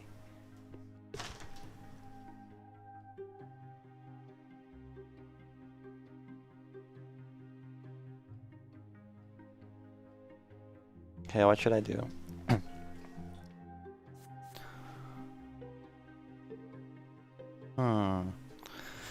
But joining a troop might be interesting. I might meet her later. Some things might happen. I think either way I need to rescue her. Let's just compare the difference between scheming and manipulation. Let's see. Scheming. Conspirator, okay. Manipulation, also for conspirator, okay. I feel like these two stats are really just similar, you know? Why do I need two different stats? If I'm good at scheming, aren't I also good at manipulating? Whatever. I'm gonna say tell no one about her, I guess. I don't want her to be steadfast in faith, man. That's gonna get annoying in the future, I know it. If she's too faithful. Alright. Guide your friend to the right path, let's go. You put your hand in Jian's just as you did on that day in Anazone under the silver tree. She's a little startled. She looks at your hand and then into your eyes. She cannot take away her friend's magic, you say. And if she tells the Inquisition, she'll lose someone she loves. Perhaps it would be best to speak with her friend and guide her to the true path like a priestess would, and hope that the girl can see the error of her ways and make the right decision. Jian is not wearing the casket yet, but for the sake of her friend's life and soul, she must act like a priestess. Jian wipes away her tears as she looks at you, first with distress, then with a hint of a smile. But don't you think I'd be defying my lot by doing this? Yeah, sure, but you're gonna become a priestess, right? So it's fine. It's just like, consider it a loan. A lot loan. You're doing it before you actually have ownership of the lot. You shake your head. The two of you no longer have to work or suffer like commoners, you say. You already live under the lot of the clergy here at the seminary. True, dude. Damn. I am eloquent. Silver-tongued, baby. Guiding souls to the true path is already your duty. She withdraws her hand from yours carefully, then wipes away her tears and fixes her hair. You're right. I'm sorry for being so weak. I shall act as befits a true priestess. Manipulate it. Let's go. You sit on the bench under the tree with her for quite some time, discussing how the will of the twins is changing the world. Through the silver tree of Anazone, magic will soon be gone from this world. And when the mages are no more, the twins' sacred wonders of order and purity are all that will remain. Jian is smiling now. Her tears have dried. This discussion brings you peace, just like the one beneath the silver tree. Jian does not mention her friend again. Several days later, you ask her about Alice. I managed to guide her back to her lot. She's back in Anazone now. She's going to work and suffer as her lot demands. Oh no! Oh no! I wanted her to join the troop. That'd be nice. But now she's back to becoming a commoner. Damn it, I'm happy for her, but it's a shame our friendship seems to have come to an end. As you think about this, you realize something. You also guided Jian herself towards her lot on the bench that fateful day. Is she aware of this? Good. Jian remains strong and steadfast on the outside, but her belief in the dogma of the old faith is growing weak. That's good. I've traded the happiness of someone whom I don't know about, Alice, for my own means, which is to make sure that Jian is sympathetic to the new faith. I'm sowing the seeds of doubt. Good. Yeah. Truly a master manipulator. A true schemer, conspirator. Yep, that's me, baby. Oh god. Oh god, what have I done? What have I done? Was it worth it? Yes, it was worth it. Alice's rescue. Oh no, she was an actor. Oh, that's it? That's all I had to do to save her? That's easy. Alice's death is prevented. You saved the animatic singer known as the Golden Voice. Ooh, from an untimely death. I'm doing all my other goals. What do you mean? My other goals? Like in this game?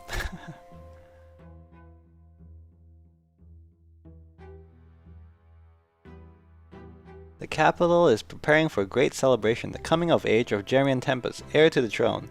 Ribbons and flags flutter in the wind. The streets are scrubbed clean and the scent of flowers fill the air. You too set some time aside to join in the celebration. It is not often that you can see the ruling family of the Empire firsthand. Excuse me. The celebration day comes, and Eterna is abuzz. A festive procession starts on the streets. Students from the college and cadets from the military academy march in front, lined up in columns, and other citizens follow suit? Follow suit? Is that just an old way to say suit? I don't know. You join the parade around the tail of the procession. Before long, it reaches the square in front of the Emperor's palace. I'll check later after I'm finished with this, because unfortunately I can't click to look at my destiny right now. because of unskippable pop-up ads. The ruling dynasty of the Tempests observes the parade from the palace balcony. They're joined by the empire's highest dignitaries and province overseas. Oh, the hottest person is here. Okay, sure. For the first time in your life, you see Emperor Arthur II with your own eyes there, high up above. The columns of the college students and academy cadets come to a halt at the balcony and salute the emperor with their mottos. The emperor raises his hand in a gesture of benevolent greeting. Then his voice echoes across the square. You can hear him easily, even from so far away. Surely it's not this guy, right? Arthur Tempest II, I accept your gratitude, my loyal subjects. Take pride as you wield your knowledge and valor in service to the empire. All who are worthy will be ennobled by the mantle, by my grace. The nobles to be cheer at the emperor's words. But then Archduke Monroe steps onto the balcony, and their jubilation gives way to murmurs of discontent. Not the emperor, he's old. Okay, so old people can be hot? Alright, dude. Everyone here remembers all too well how the ruler of Monia tried to shut down the college by force. Still, the Archduke is the de facto leader of the Arctian gentry. He is a force to be reckoned with, even for the Emperor. Okay. Hail your Emperor, common folk. Be forever obedient and grateful for the good graces you do not deserve by birth. Alright. This guy is a party pooper, I guess. He's the bad guy. But then everyone grows silent. A young, slender Arctian. Oh, here it comes. Are you excited? With a slight smile comes forth. There are whispers in the crowd. That's Prince Gerion, heir to the throne, student of Cornelius' promise, and the hope of the common estate. Oh, never mind. Maybe it's not him. To the left of Gerion is his younger brother, Flavius. He is baffled at the sight of the parade below, too young to process what he is seeing. How old is this guy? Gerion Tempest. Alright, surely that's not the guy. May the twins be kind to you, my future subjects. I promise to repay you in kind and help you prosper in your loyal service to the Empire. He's a Shoda. Uh-oh. Exalted by these words, the nobles to be roar as one. All hail Prince Gerion. Another figure steps into view next to the heir. He is an Arctian, elegantly dressed, and his mantle bears the Tempest colors. He raises his arms, about to make a speech. Gaius. Long live Prince Gerion, student of the college, cadets of the academy. Alright, man, why do I care about these people? Why? I'm a priest, man. I no longer care about the troubles and the politics of the country. This is him? This is the guy you've been telling me about? Okay. Time and again you have proven yourself to the Empire by word and deed. Today is the day of great celebration, and in honor of Prince Gerion, you must ask the Emperor to guarantee forever the right of distinguished common folk to be ennobled by the mantle. So ask now. Wait, he's telling us to ask? Kinda weird, man. Telling a crowd of people. The cadets and students freeze in hesitation. They exchange glances, unsure whether to follow the words of the Emperor's own brother. On the balcony high above, Prince Gerion also remains still, listening to every reaction from the crowd. Archduke Monroe briskly steps into view once more. He takes several seconds to observe the crowd before he speaks. Imperial subjects, what the Emperor's brother wishes to say is that you must always remember that you owe your status to the Tempest dynasty. The Emperor accepts your gratitude and sends you off with his blessing. You may leave now. What, I don't even get to see a big portrait of him? No. Commotion and murmur spreads over the crowd as some of the nobles to be refuse to allow Archduke Monroe's order. To follow Archduke Monroe's order. There are shouts heard here and there. The law, we ask for the law. The academy officers and teachers of the college urge them to fall in line and resume the parade, but the tension is rising. Me at the Kindle. Why can't I romance the Emperor's brother? Unfortunate. You will in like the last arc? Man, it's gonna take so long. Alright, that's fine. Just introduction to the family for now, I guess. The crowd slowly grows and Gross, enraged, and unruly. Oh no, they're gonna riot. Wait, so what even happened after the soldiers blocked off the college? What happened? The Imperial College, they blocked it off, right? And what happened after?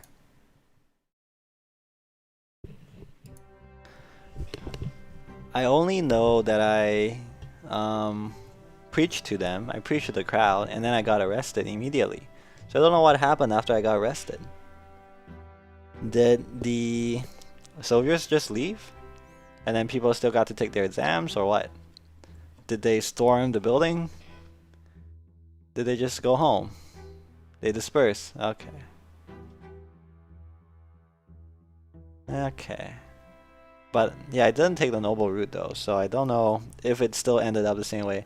Because no one was there to lead them, you know? They needed a leader. An Imperial Guard cavalry regiment emerges from the palace. They start slowly advancing on the crowd, hand on their swords, pushing people out of the square. The commoners are now running left and right. You two have to move away. This quickly quells the commotion in the square, and the cavalry withdraws. Emperor Arthur II appears on the balcony again. Archduke Monroe stands by his side. The square falls silent at the sight of the sovereign. My subjects, I can see how overjoyed you are for Prince Gerion, but your show of reverence and gratitude was clear enough. Now obey my will, continue the parade, and sing the praises of the Tempest dynasty that has given you so much. The square obediently lines up in columns once again. The bouts of defiance is in the past now, and they resume the festive parade through the city streets. Glory to Emperor Arthur. Glory to Prince Gerion. Yeah, glory, yeah. Oh no, they're getting even more power. I have no say in this. Alright. No, another event. Damn it. Let me check my destiny. There are days when you receive letters from home. Father's writing is very reserved. He mostly discusses events and work in Magra and writes very little about the family. What are you hiding from me, Dad? It makes me proud that I have managed to teach Stefan how to handle our affairs at home. Your older brother behaves impeccably at the society balls and receptions that we host. He has already made several crucial acquaintances. Good. Good for him. But Gloria has a different opinion of Stefan. She thinks your older brother is taking more and more after grandfather. Uh-oh. It's the genes, man. Stefan is a lot like grandfather. It's in his manner, his posture, his voice. He even dresses just like him. What kind of cringe, man? Even if you really like your grandpa, you probably wouldn't dress like him, right? That's fine. He used to be aloof around me, and we barely talked in the past. But now he always blames me and tears me apart. You tear me apart, Stefan. I can't take it anymore. He walks all over me all the time and treats me like a housemaid. Mother writes to you. From her letters, you learn that Nathan just barely managed to graduate from school. It makes me sad to admit that Nathan has none of the talents you have. Yeah, stay at home, little brother. You don't have what it takes to become a priest. The other day, he told me he won't even try to study in the capital. He says he won't be able to pass the exams. Yeah, that's true. I find solace only in the nights Nathan and I spend together reading the scriptures and our walks to the church by the silver tree. He accompanies me every time. Your sister and younger brother write about Mother too, and they say the same thing about her health. Uh-oh. She now spends more time locked away in her chambers to brood. Gloria does her best to accompany Mother when she leaves home, and Nathan's letters mention her steps echoing in the halls in the middle of the night. There's one more thing Nathan mentions in his letters. Stefan and Gloria have been fighting very often these days. Stefan always tries to get under Gloria's skin, and she answers him in kind. Then Stefan calls her a lowly commoner to make her shut up. That doesn't sound very nice. You always tremble in excitement every time you see a letter with the seal of your home province. Your fate is still bound tightly to your families, no matter the distance between you. Okay. Hey, what? I didn't even get a choice. They just like me less now. Okay. Kinda rude. Alright. Yeah, let me check how many gym badges I've collected. Okay, Save Dallas, Bond of Friendship, sure, Shield of the New Faith. Yeah, all these, there's no I can take anymore. So I've already collected everything that I need, basically. Oh, except for this, I gotta collect this one. True Death. Yeah, I mean, I can't be both a priest and a lawless and a nobleman, right? Unless. Unless. Yeah, so yeah. I don't even get to see what's gonna happen with the secret society and whatever, unfortunately. Um, and this was just never gonna happen to begin with, because I didn't even have fencing lesson with my dad. Yeah, more deaths. Except true death. Okay. Yeah. Alright. Yeah. I think I'm just gonna call it a day now. Ahem. Yep. I think that was pretty good progress. We got pretty far. We took a lot. We took a lot. We sealed our fate. We're gonna be a priest now, fighting for the new order. I'm going to slowly convert Jian over to my side.